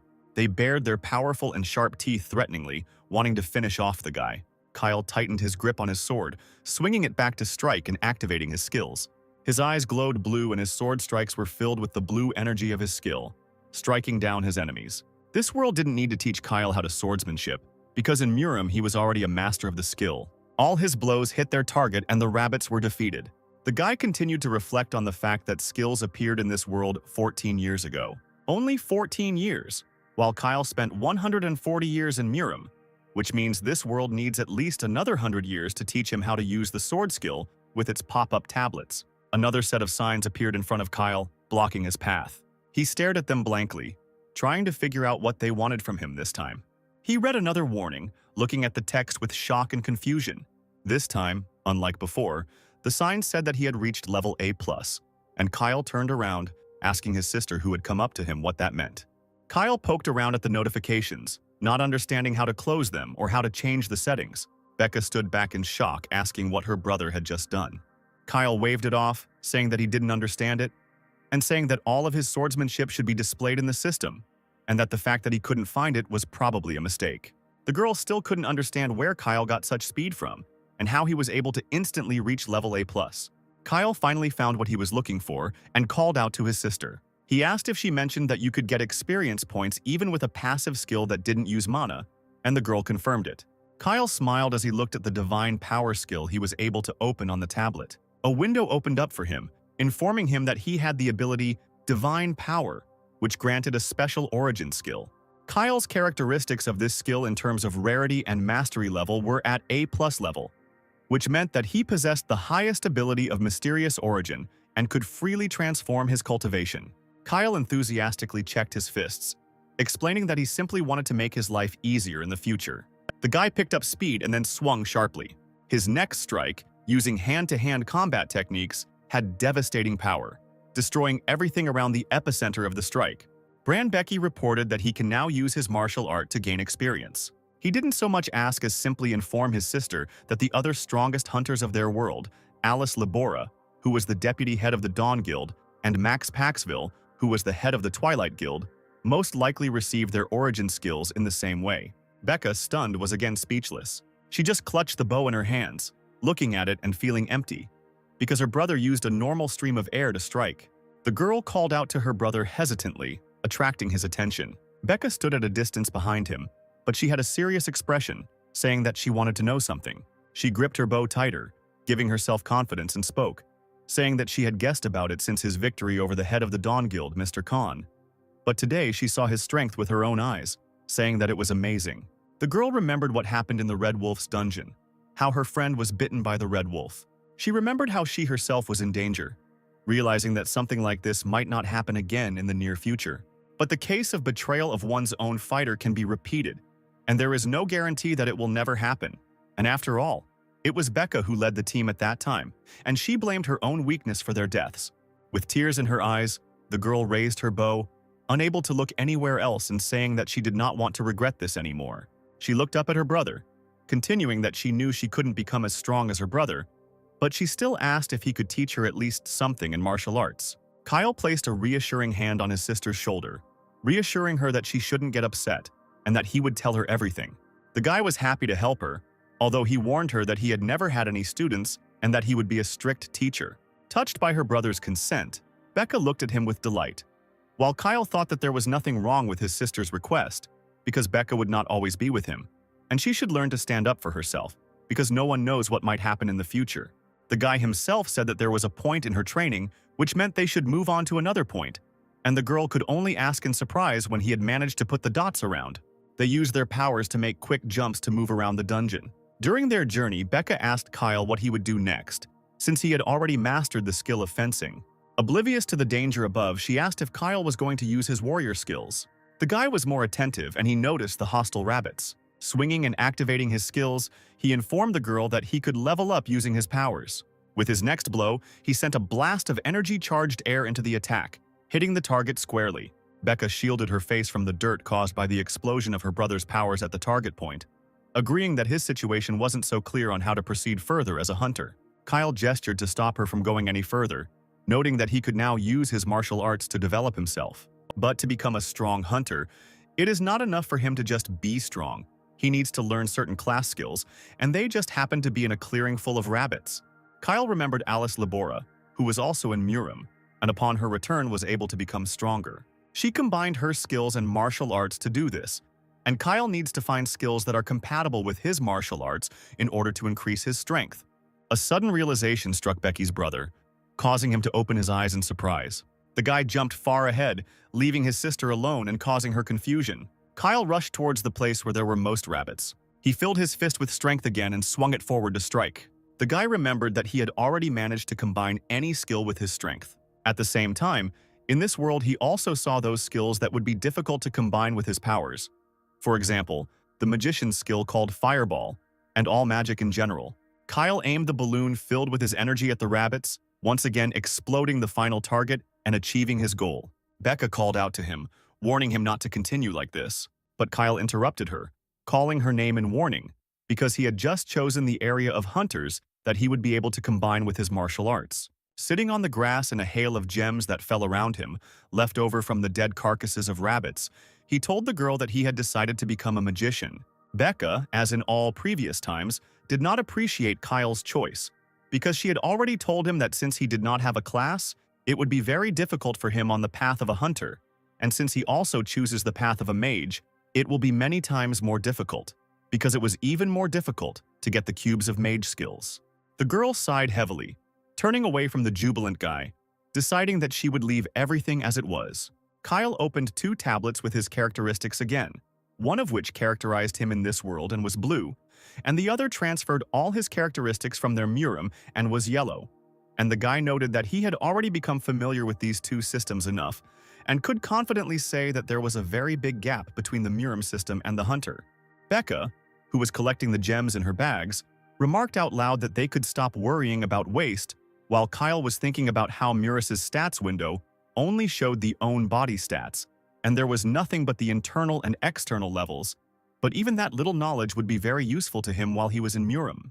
But when looking at the hunter stats board, it showed everything from strength to mana, and it was more flexible in settings and had many features. Kyle noted that the nature of the emergence of systems is different, as if they were created by different people with similar abilities, and the hunter system gave experience and resources from killed monsters, and the reward was received instantly, which provided a reliable basis for strengthening, and with it, anyone could become stronger with a little effort. While in Murim, the path of cultivation was much slower and more dangerous, and to achieve a breakthrough there, one had to spend a lot of time practicing, and to improve one's skills, one had to risk one's life. True, sometimes there could just be luck, and according to legends, the hero of the past, who was called the Heavenly Warrior, became a god and wrote that magic book, The Heavenly Harmony of Pure Reason. Kyle remembered that this book was an ancient treasure that many had fought over in Murim, and it was in the cave with this book that he woke up when he got to Murim, not understanding where exactly he was. As he and his sister walked on, the boy continued to reason that at the moment when he found himself in Murim and considered everything that was happening to be self-evident, he had overlooked one circumstance. If for his homeworld, the being that gave people the hunter system was the one who calls herself the goddess. Does this mean that the being that sent Kyle to Murim was her enemy? That guy in chains who calls himself Heavenly Warrior? These thoughts made Kyle angry, because he hated the one who sent him to Murim. Time passed, which gave Kyle the opportunity to get used to everything. Thanks to the support of the Deputy Guild Don Alice Labora, Kyle became stronger. For a whole month now, he had been quietly wandering through the dungeons, raising his level, and at some moments, meeting with particularly strong and atypical for the earthly world opponents, it seemed to him that he was no longer in his native world. During this time, the guy reached level 22, and when fighting monsters that resembled livestock, he always joked that he would like some freshly cooked chicken. He did not forget about his promise to his sister, teaching her the 365 vessels in the human body. He also learned to speak in a normal way so as not to stand out.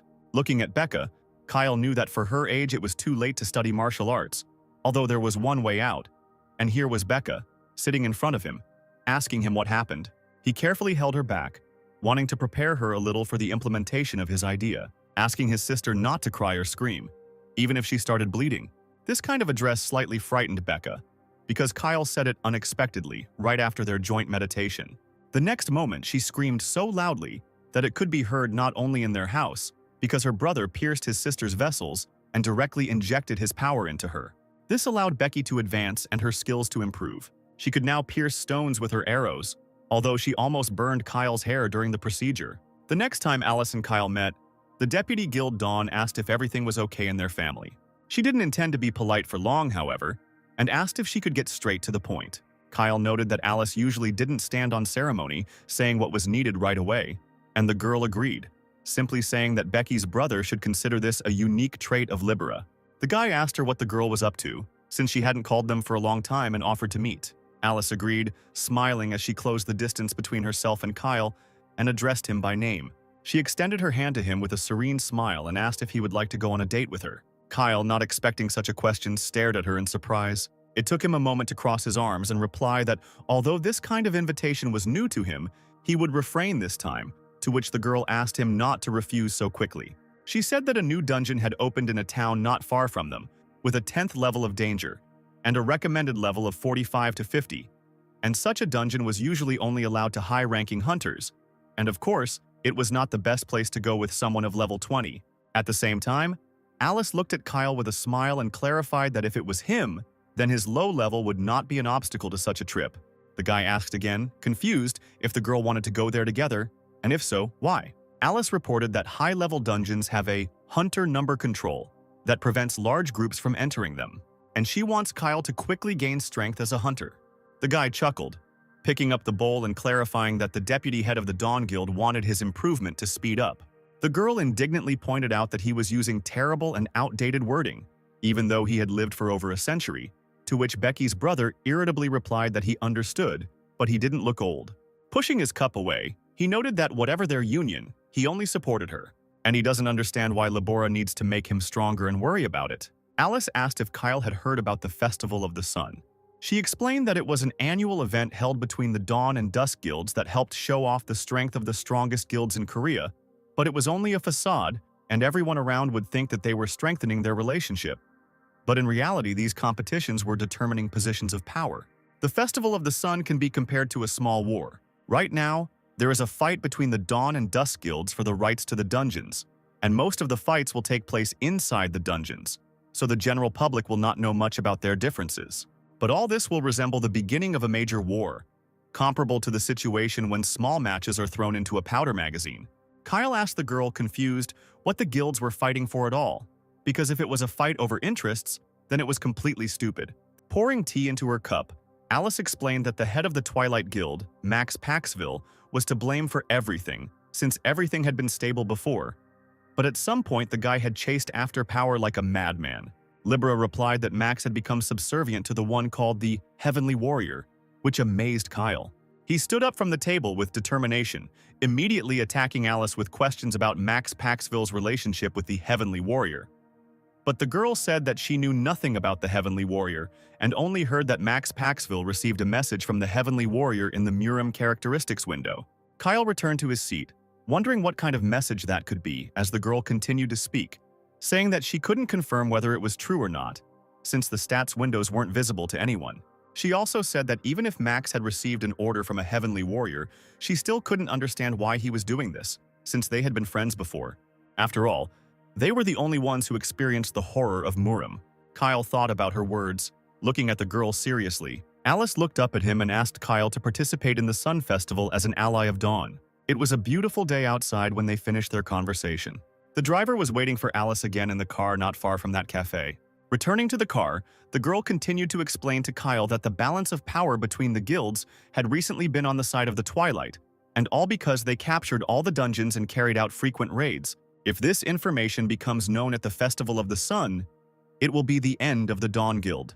The girl gently reminded them that at such an important moment they had lost their leader, Mr. Can, who was their main strength. And after these words, Kyle began to feel tormented by her conscience. The guy brushed off his worries, saying that he understood the situation in general, but he still hadn't heard from Alice the reason why his growth was useful for their guild.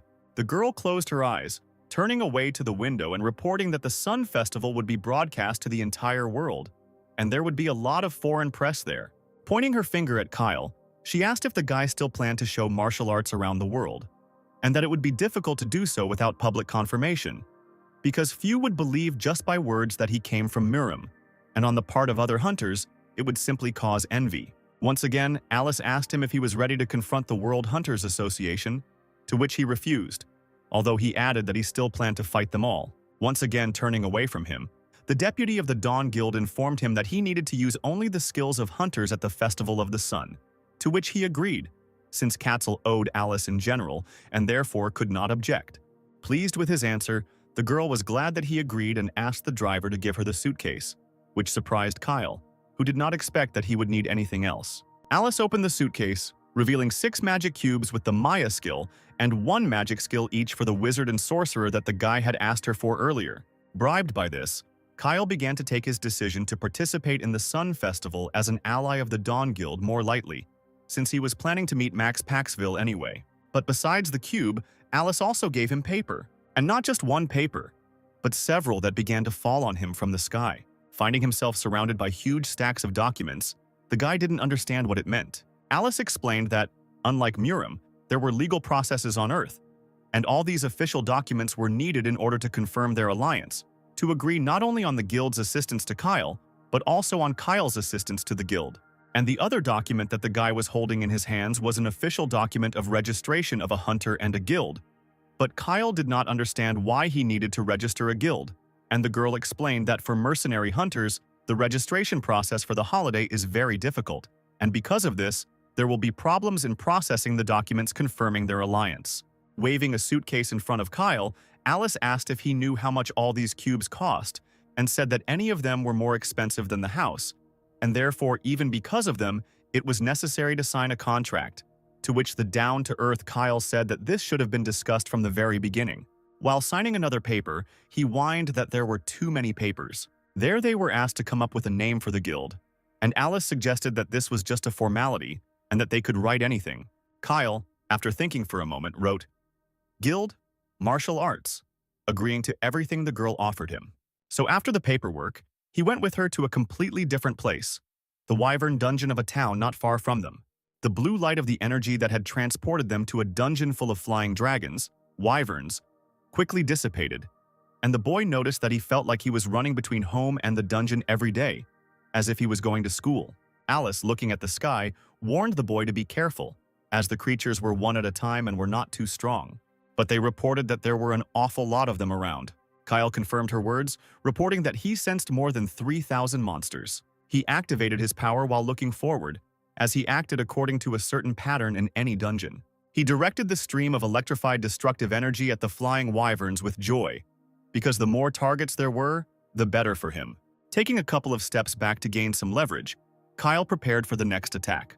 He swung his air whip, filled with deadly energy, preparing to crush the targets. In one blow, he managed to hit many targets at once. As always, Alice watched in amazement as the dead wyverns fell to the ground, turning into gems, and was surprised how Kyle was able to master the skill so quickly, since she had given him the magic cubes just a couple of hours ago. The guy explained that magical energy and energy management were very similar, so he had no problems, and Alice only noted with disappointment that she would not have been able to do that. Looking at how many opponents he defeated, the girl noted that he should not overdo it, otherwise his mana points will run out. But Kyle told her not to worry, because he is a martial artist. Alice still couldn't believe the number of monsters the guy killed at once, clarifying that he wasn't acting honestly. Kyle ignored her question as he collected his gems, then asked if the monsters in the dungeons were always the same type. Alice said that he was right, but Kyle then noted that this fact was quite strange. The girl began to explain that the dungeons appeared 13 years ago and then filled the entire world. But while she was saying this, she didn't notice that a monster had appeared high in the sky. This monster was descending rapidly, but even the wyverns couldn't notice it while Alice was talking about how there wasn't a single dungeon where there was more than one type of monster. Meanwhile, the claw of an unknown creature, a huge creature, dealt with one of the wyverns, and another low-level wyvern was thrown straight into the rock by a powerful force. It was a huge dragon, a different type of monster in this dungeon, which contradicted Alice's words that this could not happen. At this time, in a completely different place, a man scooped some grain from a bucket into a plate. He threw this food to the fish, which jumped out of the water with a desire to eat.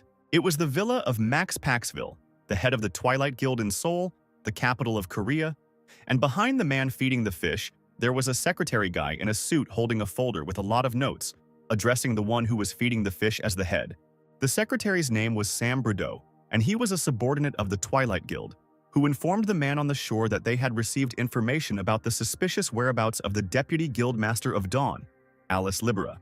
Sam also reported that the Dawn Guild had a newcomer who was supported with all their might, and people said that it was with him that Alice went to clear the dungeon.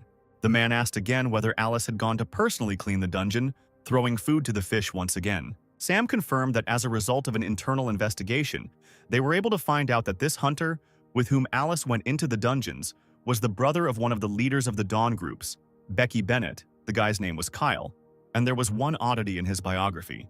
He disappeared for 14 years but recently reappeared. The secretary continued to report, saying that his appearance coincided with the resignation of Mr. Khan, who was the director of the Dawn Guild. But the man stopped Sam, asking where Kyle had been for 14 years. No matter how much Sam dug through his papers, he still couldn't find any information about this, since their intelligence still couldn't figure it out. But Sam said that they were able to find out something else. Mr. Khan did not resign, but simply disappeared. And the last thing he managed to do was go to Becca to teach her a lesson for killing his son Gray.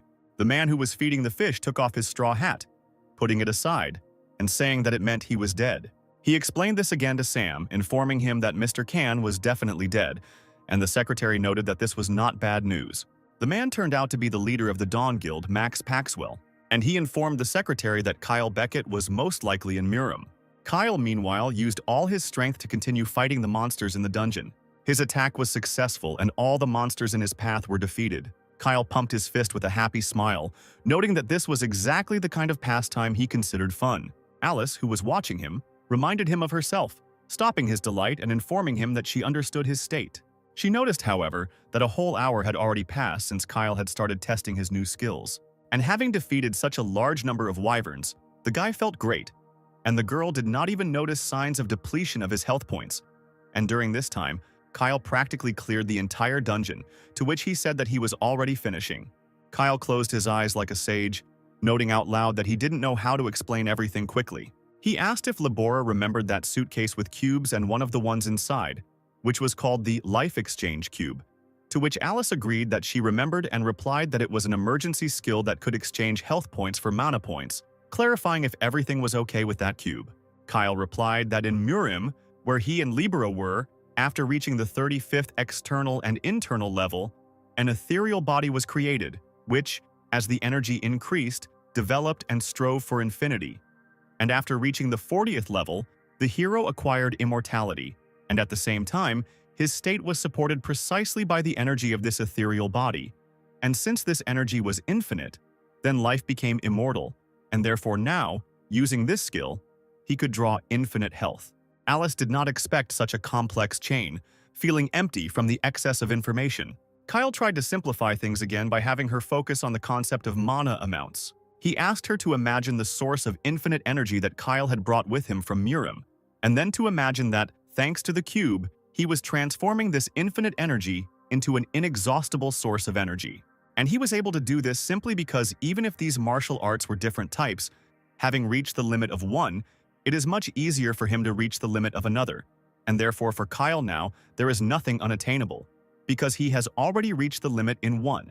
Alice only had time to ask how this was possible, but Kyle didn't answer, preparing to jump towards the remaining monsters to defeat them, because he wanted to destroy all the little things that were left in the area before the boss fight, leaving the girl perplexed. Deputy head of the Dawn Guild noted to herself that Kyle's strength was not his only advantage, because he had a very strong character, and now Alice considered herself an idiot, because she not only tried to use Kyle before, but also wanted to kill him.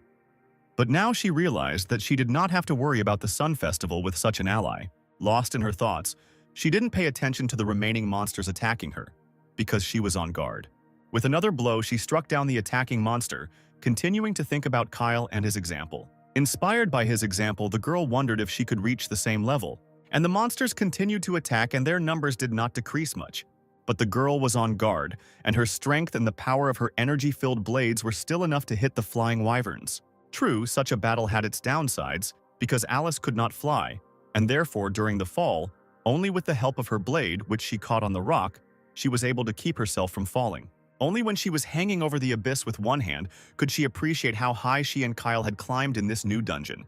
Gathering her strength, she pushed off with her feet, making a big jump back up. The girl professionally planned her trajectory so as to defeat many monsters at once. Alice confidently landed on the ledge after another attack, looking back down into the gorge again. There were a lot of gems that the fallen monsters had turned into lying there, and she wondered when Kyle was going to take it all away. Labora hid her blades in the magic storage while thinking about what she had learned about the dungeon, and thinking that when she came back here next time, she should raise the level of the dungeon, since the characteristics inside were much higher than they should have been. And since there were flying monsters here, dealing with them in general was much more difficult. Looking around, she considered what kind of raid would be best for this dungeon, and that next time, she should have a team of 5 hunters, a tank, a mage, an archer, a priest, and a melee fighter. But thinking about the future, she missed the changes happening in the present. Someone very large flew right over her head. Alice looked up with a question, not understanding where someone so big could come from in this dungeon. It was a monster of another level and larger size, and it was the first time she had encountered one like this. She barely managed to jump to the side, saving herself from the attack of this creature. But an equally large dragon, on the other hand, flew towards her, intending to kill her, although Alice was not going to give up so easily. She took out her blades from the magical spatial storage again, preparing to fight. Only the loud noise of huge wings right behind her ruined the girl's plans. The huge monster could not only attack her, but with its wings it created air currents filled with magic, which were much stronger than the usual attacks of monsters. And Alice, who did not expect this, was unable to cope and repel this attack. Thrown from her place by this energy wave, she fell, frightened, thinking that only a demonic force could manifest itself like this. And the girl did not understand where it came from in the dungeon. The monster attacking her had no intention of giving up and pursued the disoriented girl, who believed that such appearances of monsters from other levels could be a mistake in the dungeon system. But then someone caught the girl who was serving and preparing to die. It was a joyful Kyle, smiling as he informed Labora that the monster had finally appeared. Alice, picked up in her arms, was surprised by Benny and asked him if the guy was really waiting for this particular monster and knew about it. Kyle only smiled and explained again to the one he had already said that when the entire dungeon was captured, stronger monsters would appear in it. At this time, many demon-level monsters filled the dungeon, while Alice clarified that it was Kyle who allowed such a monster to wander here. And the guy replied that he was just waiting, because the bosses need to be dealt with at the end. Holding the girl in his arms, Kyle carefully informed her that even if such monsters were new to her, she should not be distracted. But she should not worry either. At the same time, he suggested that the slightly annoyed girl discuss the details later. But for now, they needed to stop somewhere. Having landed with Labora on the ledge, the guy thoughtfully noted that it was time for dinner and asked what she would like and if she liked grilled food. Alice, not taking the hint, replied that she thought it was not a good time for dinner. At this time, Kyle concentrated a whirlpool of fiery vortices in one hand and golden electrical energy in the other. Raising two fists above his head and crossing them, he was able to fully appreciate his own power. Opening his eyes, he directed his gaze forward, telling the girl that she should wait for him, because today they would have fried chicken. And the giant monsters that were about to attack the guy standing on the hummel were considered a wonderful dinner by him, because with his strength, he was going to fry these flying monsters. Alice could only watch in amazement as all the monsters in the sky died from the enormous power Kyle put into his strike. A moment ago, she watched as Becky's brother first used fire and then pure energy, wondering if the boy even heard what she was saying, since he said he would use magic. At the same time, she could say with certainty that his technique was more reminiscent of regular strikes. Alice immediately pulled herself up, because these were not simple blows, since each of them was imbued with pure power, and it was incredible. But what happened next made her freeze in place, looking at the sky in disbelief. The air above began to swirl, creating a distortion of the underground space. A huge green portal opened right in the center of the sky, from which even more frightening creatures immediately began to fly out. And Alice had no choice but to scream at Kyle to get out of there immediately. The girl couldn't believe that the monsters just started appearing from the suddenly opened portal, because there were too many of these flying creatures. And she also wasn't sure that Kyle was going to continue further, so she was going to save him by rushing off the ledge. But already in the air, she realized that it was even more dangerous next to Kyle, so she shouted at the guy again that he should run. The girl, confident that Kyle could not hear her due to the distortions in space, gathered all her strength for the blow. She needed to save the boy, even if it meant destroying everything in her path. But monsters endowed with demonic power also did not fly in the sky just like that. It was they who took the brunt of the girl's blow. Alice was shocked, because it turned out that the monsters in the dungeon were smart, and now the small ones were taking the hit, that Alice could not help Kyle. Shocked by this news, she could only continue to call out for Beckett and watch as the dungeon monsters formed a sphere. All the small and large monsters in the dungeon actually flew in a circle, creating a ball in the air. Alice, observing their behavior, realized that she was right, and judging by their movements, the small monsters moved involuntarily, and the big ones, who appeared later, commanded the smaller ones. And so when she tried to attack the big ones, they ordered the small ones to shield themselves. It was the death of some for the life of others, and now, in order to win, they would first have to defeat the big ones, although she had no idea how to do that. The girl wanted to get to Kyle, even though she didn't know if he was okay. Yes, she saw him, but the guy looked like he stayed there on purpose. Exhaling regretfully, she noted with disappointment that she did not understand what he was thinking, because he could have told her everything via mental communication. Noting what was happening around, Alice realized that she had encountered such anomalies for the first time, and no matter how strong Kyle Bennett was, it was dangerous. So she had to help, but since the creatures were in the air, she had no idea how to get there. Looking up, the girl noticed a small wyvern flying above her, which gave her an idea. She jumped on the monster's back, deciding that she could use the little one as a means to get to Kyle, since all the monsters were focused on him, although she should not let her guard down and press herself against the wyvern so that she would not be noticed.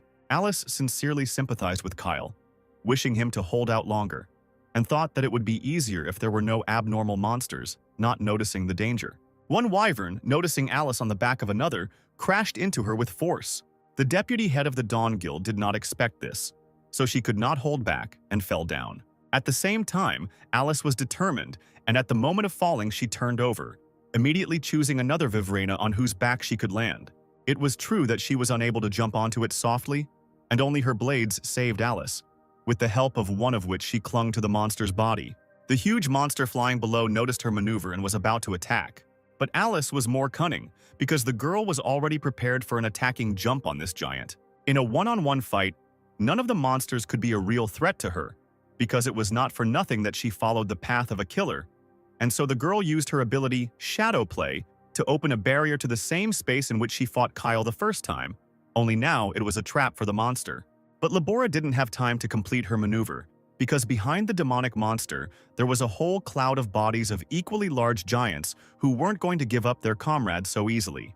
Alice had to retreat, because she did not expect such coordinated actions from the dragons. A sudden beam of blue magical energy flashed past her face just a few centimeters away. It was Kyle who, finding himself in the midst of the monsters, finally began to act on his potential. Alice had to shield her face with her hands from the blinding magical light of Kyle's energy. The amazed Deputy Guildmaster of Dawn turned around, surprised to see that Kyle was able to summon a sword without a source of power.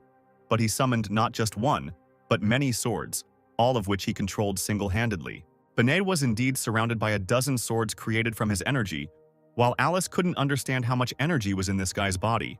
Kyle held out his hand, indicating that he thought it was time for him to stop pretending to be a hunter. One movement from him was enough for all the swords to attack the monsters, and not one of them missed, reaching their target and killing everyone hostile to the couple in the dungeon.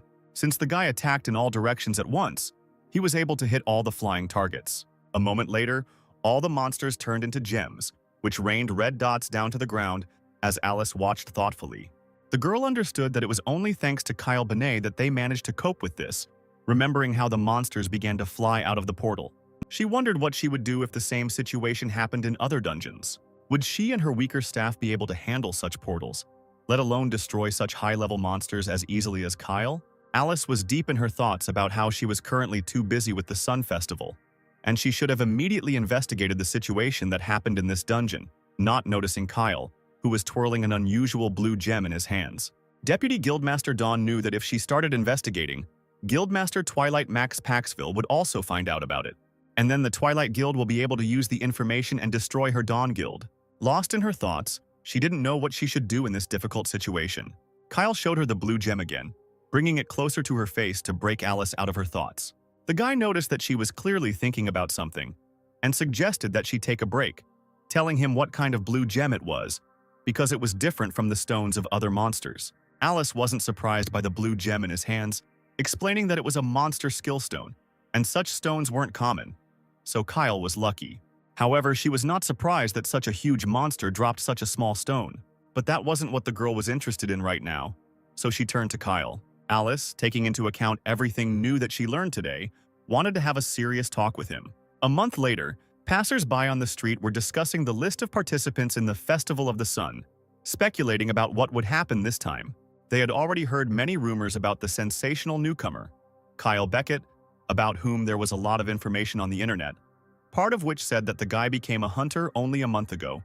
And at that time, this conversation was heard by the secretary of the Twilight Guild, Sam, who was in a worried mood because of what he heard. The man, sweating, stood up from his seat, because he didn't like at all that the notorious newcomer supported the rival guild Dawn, since for the man it threatened to turn into problems. Sam looked up at the top of the tall skyscraper, sadly noticing that he would soon be a corpse, and he turned out to be right, because at an emergency meeting of the leaders at the Twilight Guild headquarters, one of the directors angrily smashed a glass over his head. This aggressive man was screaming and accusing Sam of the fact that a rookie hunter was chosen as a member of the Dawn, and Sam could not report on the level, skills, or even the location of Kyle Beckett for the past 14 years. The guild leader, Max Paxville, stopped the angry man by simply calling him by name. The leader of the Twilight Guild himself did not look as worried or angry as his colleagues, but calmly enjoyed the golden drink with a smile while looking at those around him. But his calm and friendly smile were deceptive, as one look and commanding tone were enough for the angry director to sit down in his seat.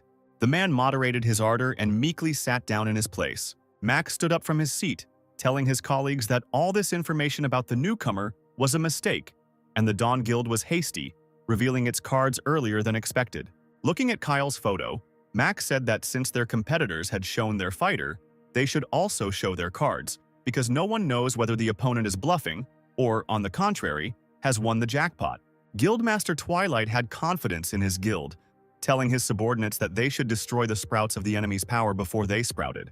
After some time, the secretary of the head of the Twilight Guild found himself in a cafe where he was waiting for someone at a table. Sam was a little nervous looking at his watch, and there was only a cup of coffee on his desk. The man once again turned his attention to the dial, noting that the time for the meeting had already arrived. Finally, the one he was waiting for appeared in the hall, so Sam jumped up from the table, greeting the man. He thanked the man for accepting the invitation and showing up at the meeting. His guest turned out to be Kyle Bennett, the same rookie hunter who became an ally of the Dawn Guild.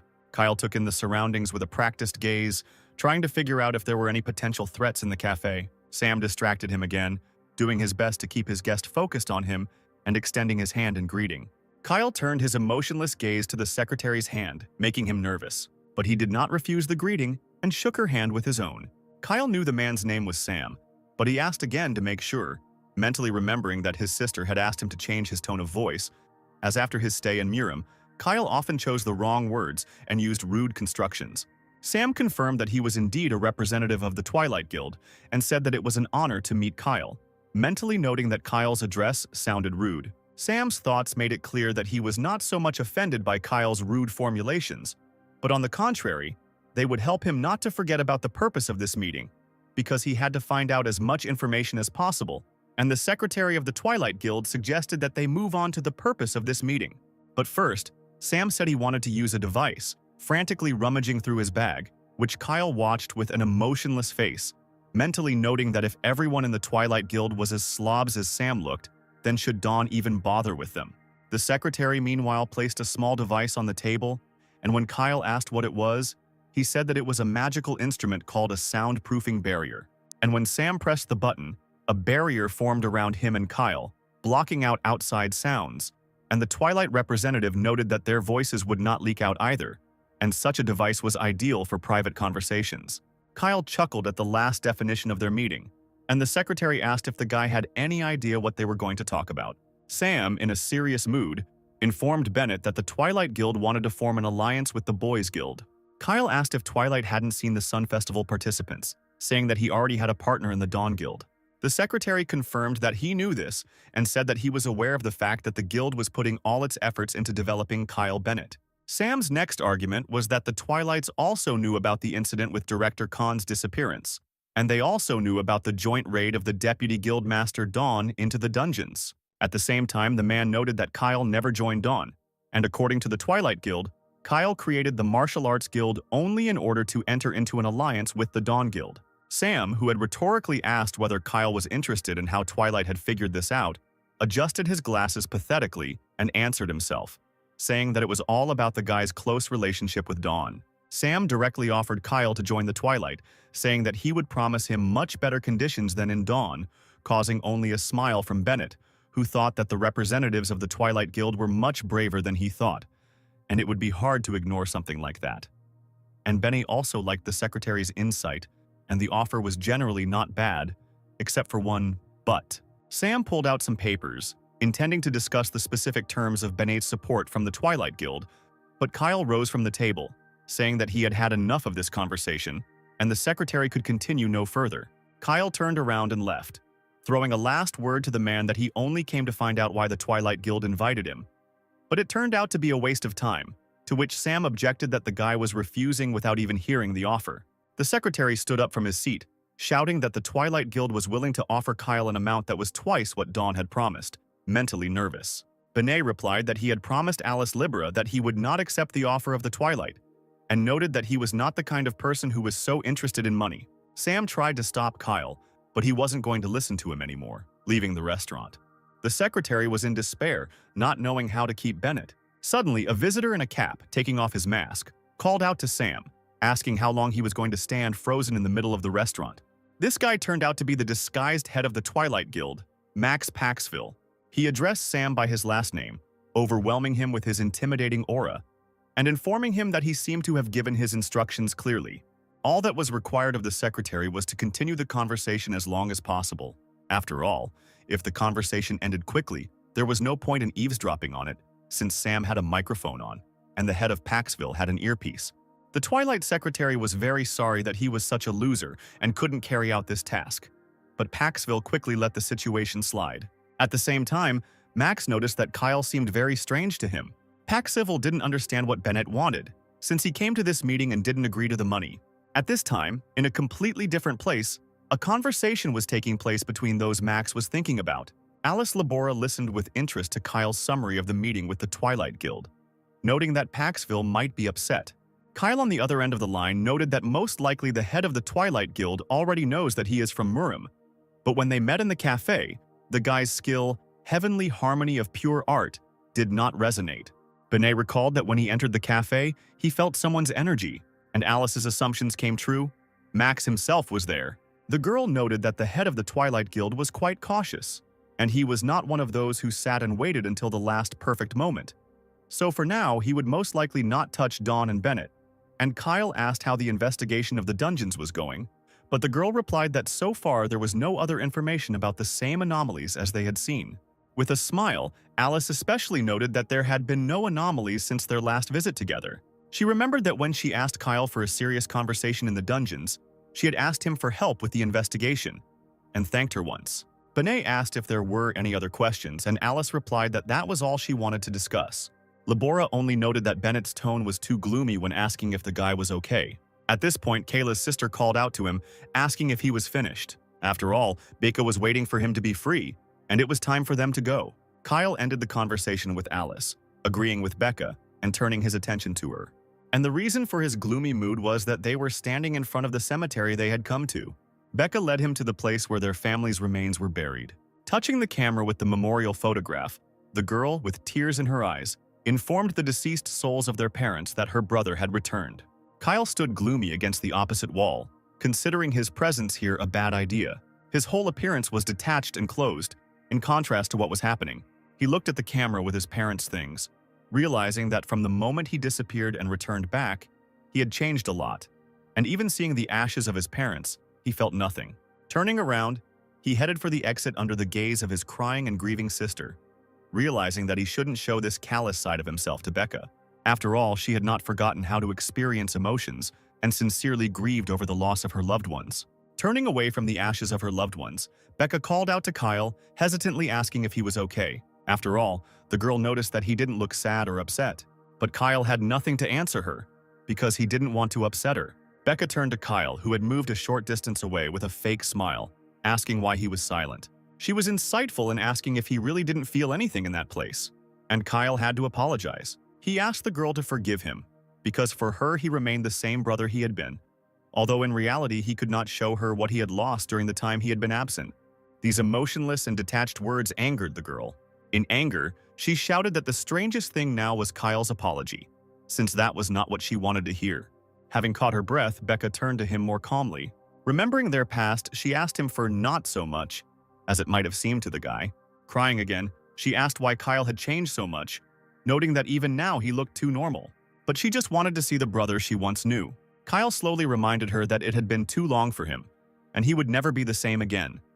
But Becca said she didn't care because she didn't feel like she was living with her brother now. The girl angrily stepped aside, leaving Kyle alone. The guy once again thought that he shouldn't have come to the cemetery. Remembering everything that happened to him in Murim, he thought about the fact that he did not know the answer to the question of why he had changed, why this had happened to him. At that moment, a yellow table with Murim's characteristics opened right behind him. It was a status window with a slowly appearing question, the first word of which was why. The one trying to contact Kyle was the celestial warrior who was now imprisoned in multiple chains. The next line in the status window asked if Kyle still considered himself human, shocking the guy. It was this question of why he still considered himself human that was unexpected at the moment. Kyle stood frozen in front of the status window, unable to understand why this window had appeared. He reread the question, emphasizing that someone doubted that he was human. The guy clenched his fist out of anger at the nonsense written in the status window. The next bulletin board called on him to stop his senseless resistance, and the new one said that if Kyle needed help, he could contact the sender of the messages. Benet noticed that the unknown person continued to talk to him one-sidedly and asked who he was. The thought that struck him made him smile, and Kyle asked if the one called the Heavenly Warrior had spoken to him.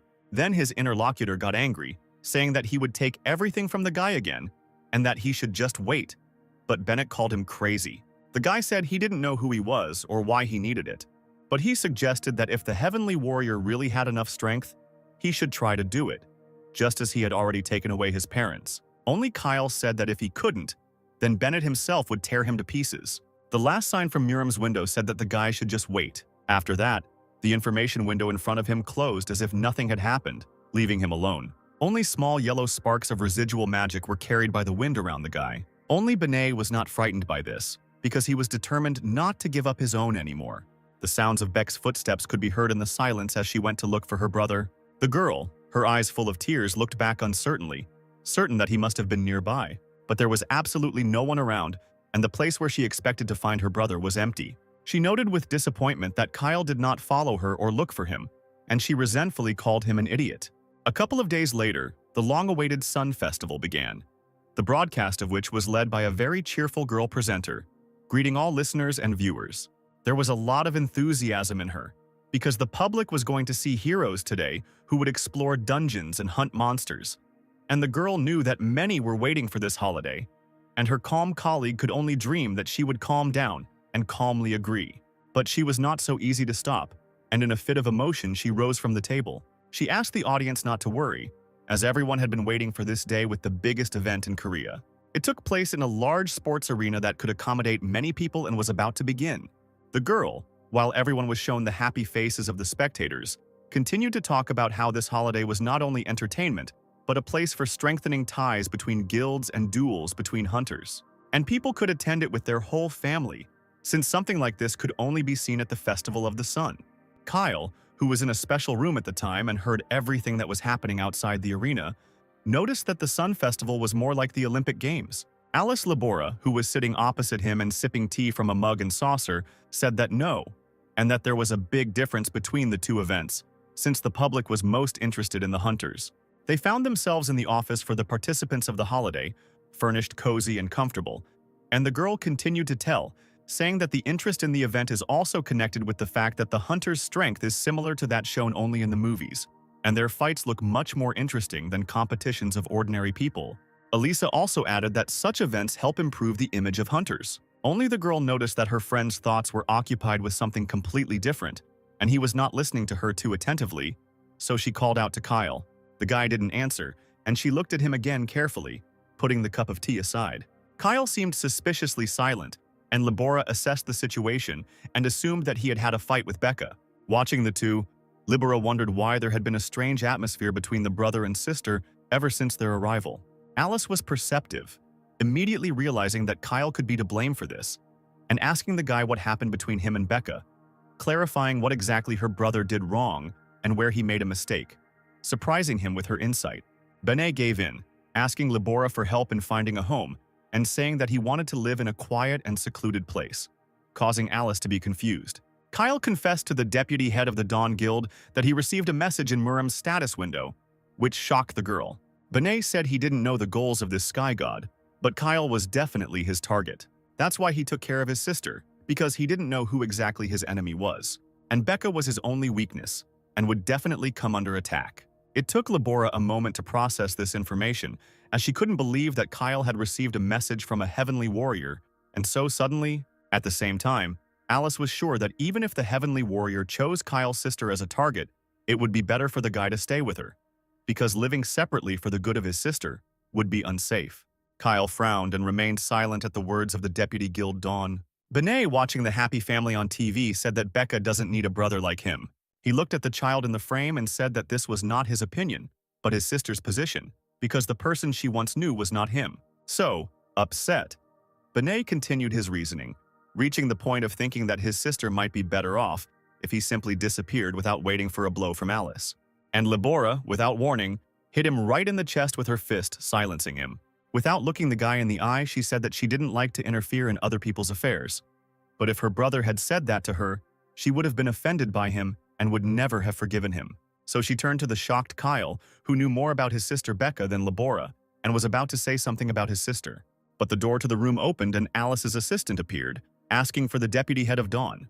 The man caught Alice and Kyle in a strange, threatening pose, and awkwardly announced that the party was about to begin, cautiously apologizing. Labora pretended nothing had happened, asking if her assistant had been trained to be in the door, and telling Kayla that they would talk about it later, and asking the guy not to go anywhere until she returned for him. So Kyle Benet was left alone in the room, able to process what had happened. The The guy certainly didn't expect Alice Labora to be so angry with him, and now he had something to think about. At this time, before the start of the fights, an opening ceremony was to take place at the stadium, which the host announced to everyone. She announced the event's organizers, first introducing the Dawn Guild and its leader Richard Fraz, whose hunter class was Crusader. And then she announced the representatives of the Twilight Guild, on whose behalf the ceremony was to be opened by the deputy head of the guild, Sylvester Driggle, whose class as a hunter was an assassin.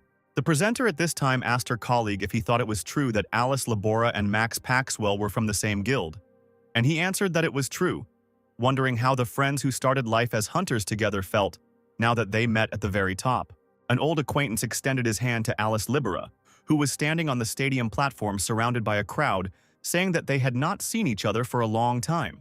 It was a peacefully smiling and well-dressed Max Paxville, and the girl had to make a lot of effort to contain her negative emotions. She smiled sweetly back at him, asking him how he was doing. She noted that the guy standing behind Max, his second-in-command Sylvester, now working for Twilight, had risen quite a bit.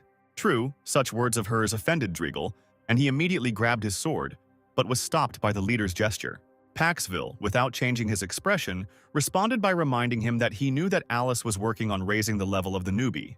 And Max especially noticed that she must have been doing this since she loved helping the weak so much. Alice was mentally angry, remembering the past and seeing Max as a terrible monster. The girl wanted with all her might to get rid of him with her own hands, since in the past he had brought a lot of pain to her and her loved ones. And Alice was determined, confident that no one could stop her from such a massacre. But that was in her thoughts. And in the real world, she had to maintain decency. So she answered with a confident smile that she would take Max's words as a compliment. And Paxville was pleased that his challenge had been accepted by a worthy opponent. Former friends and now enemies, they shook hands as the hosts announced that the Festival of the Sun was beginning.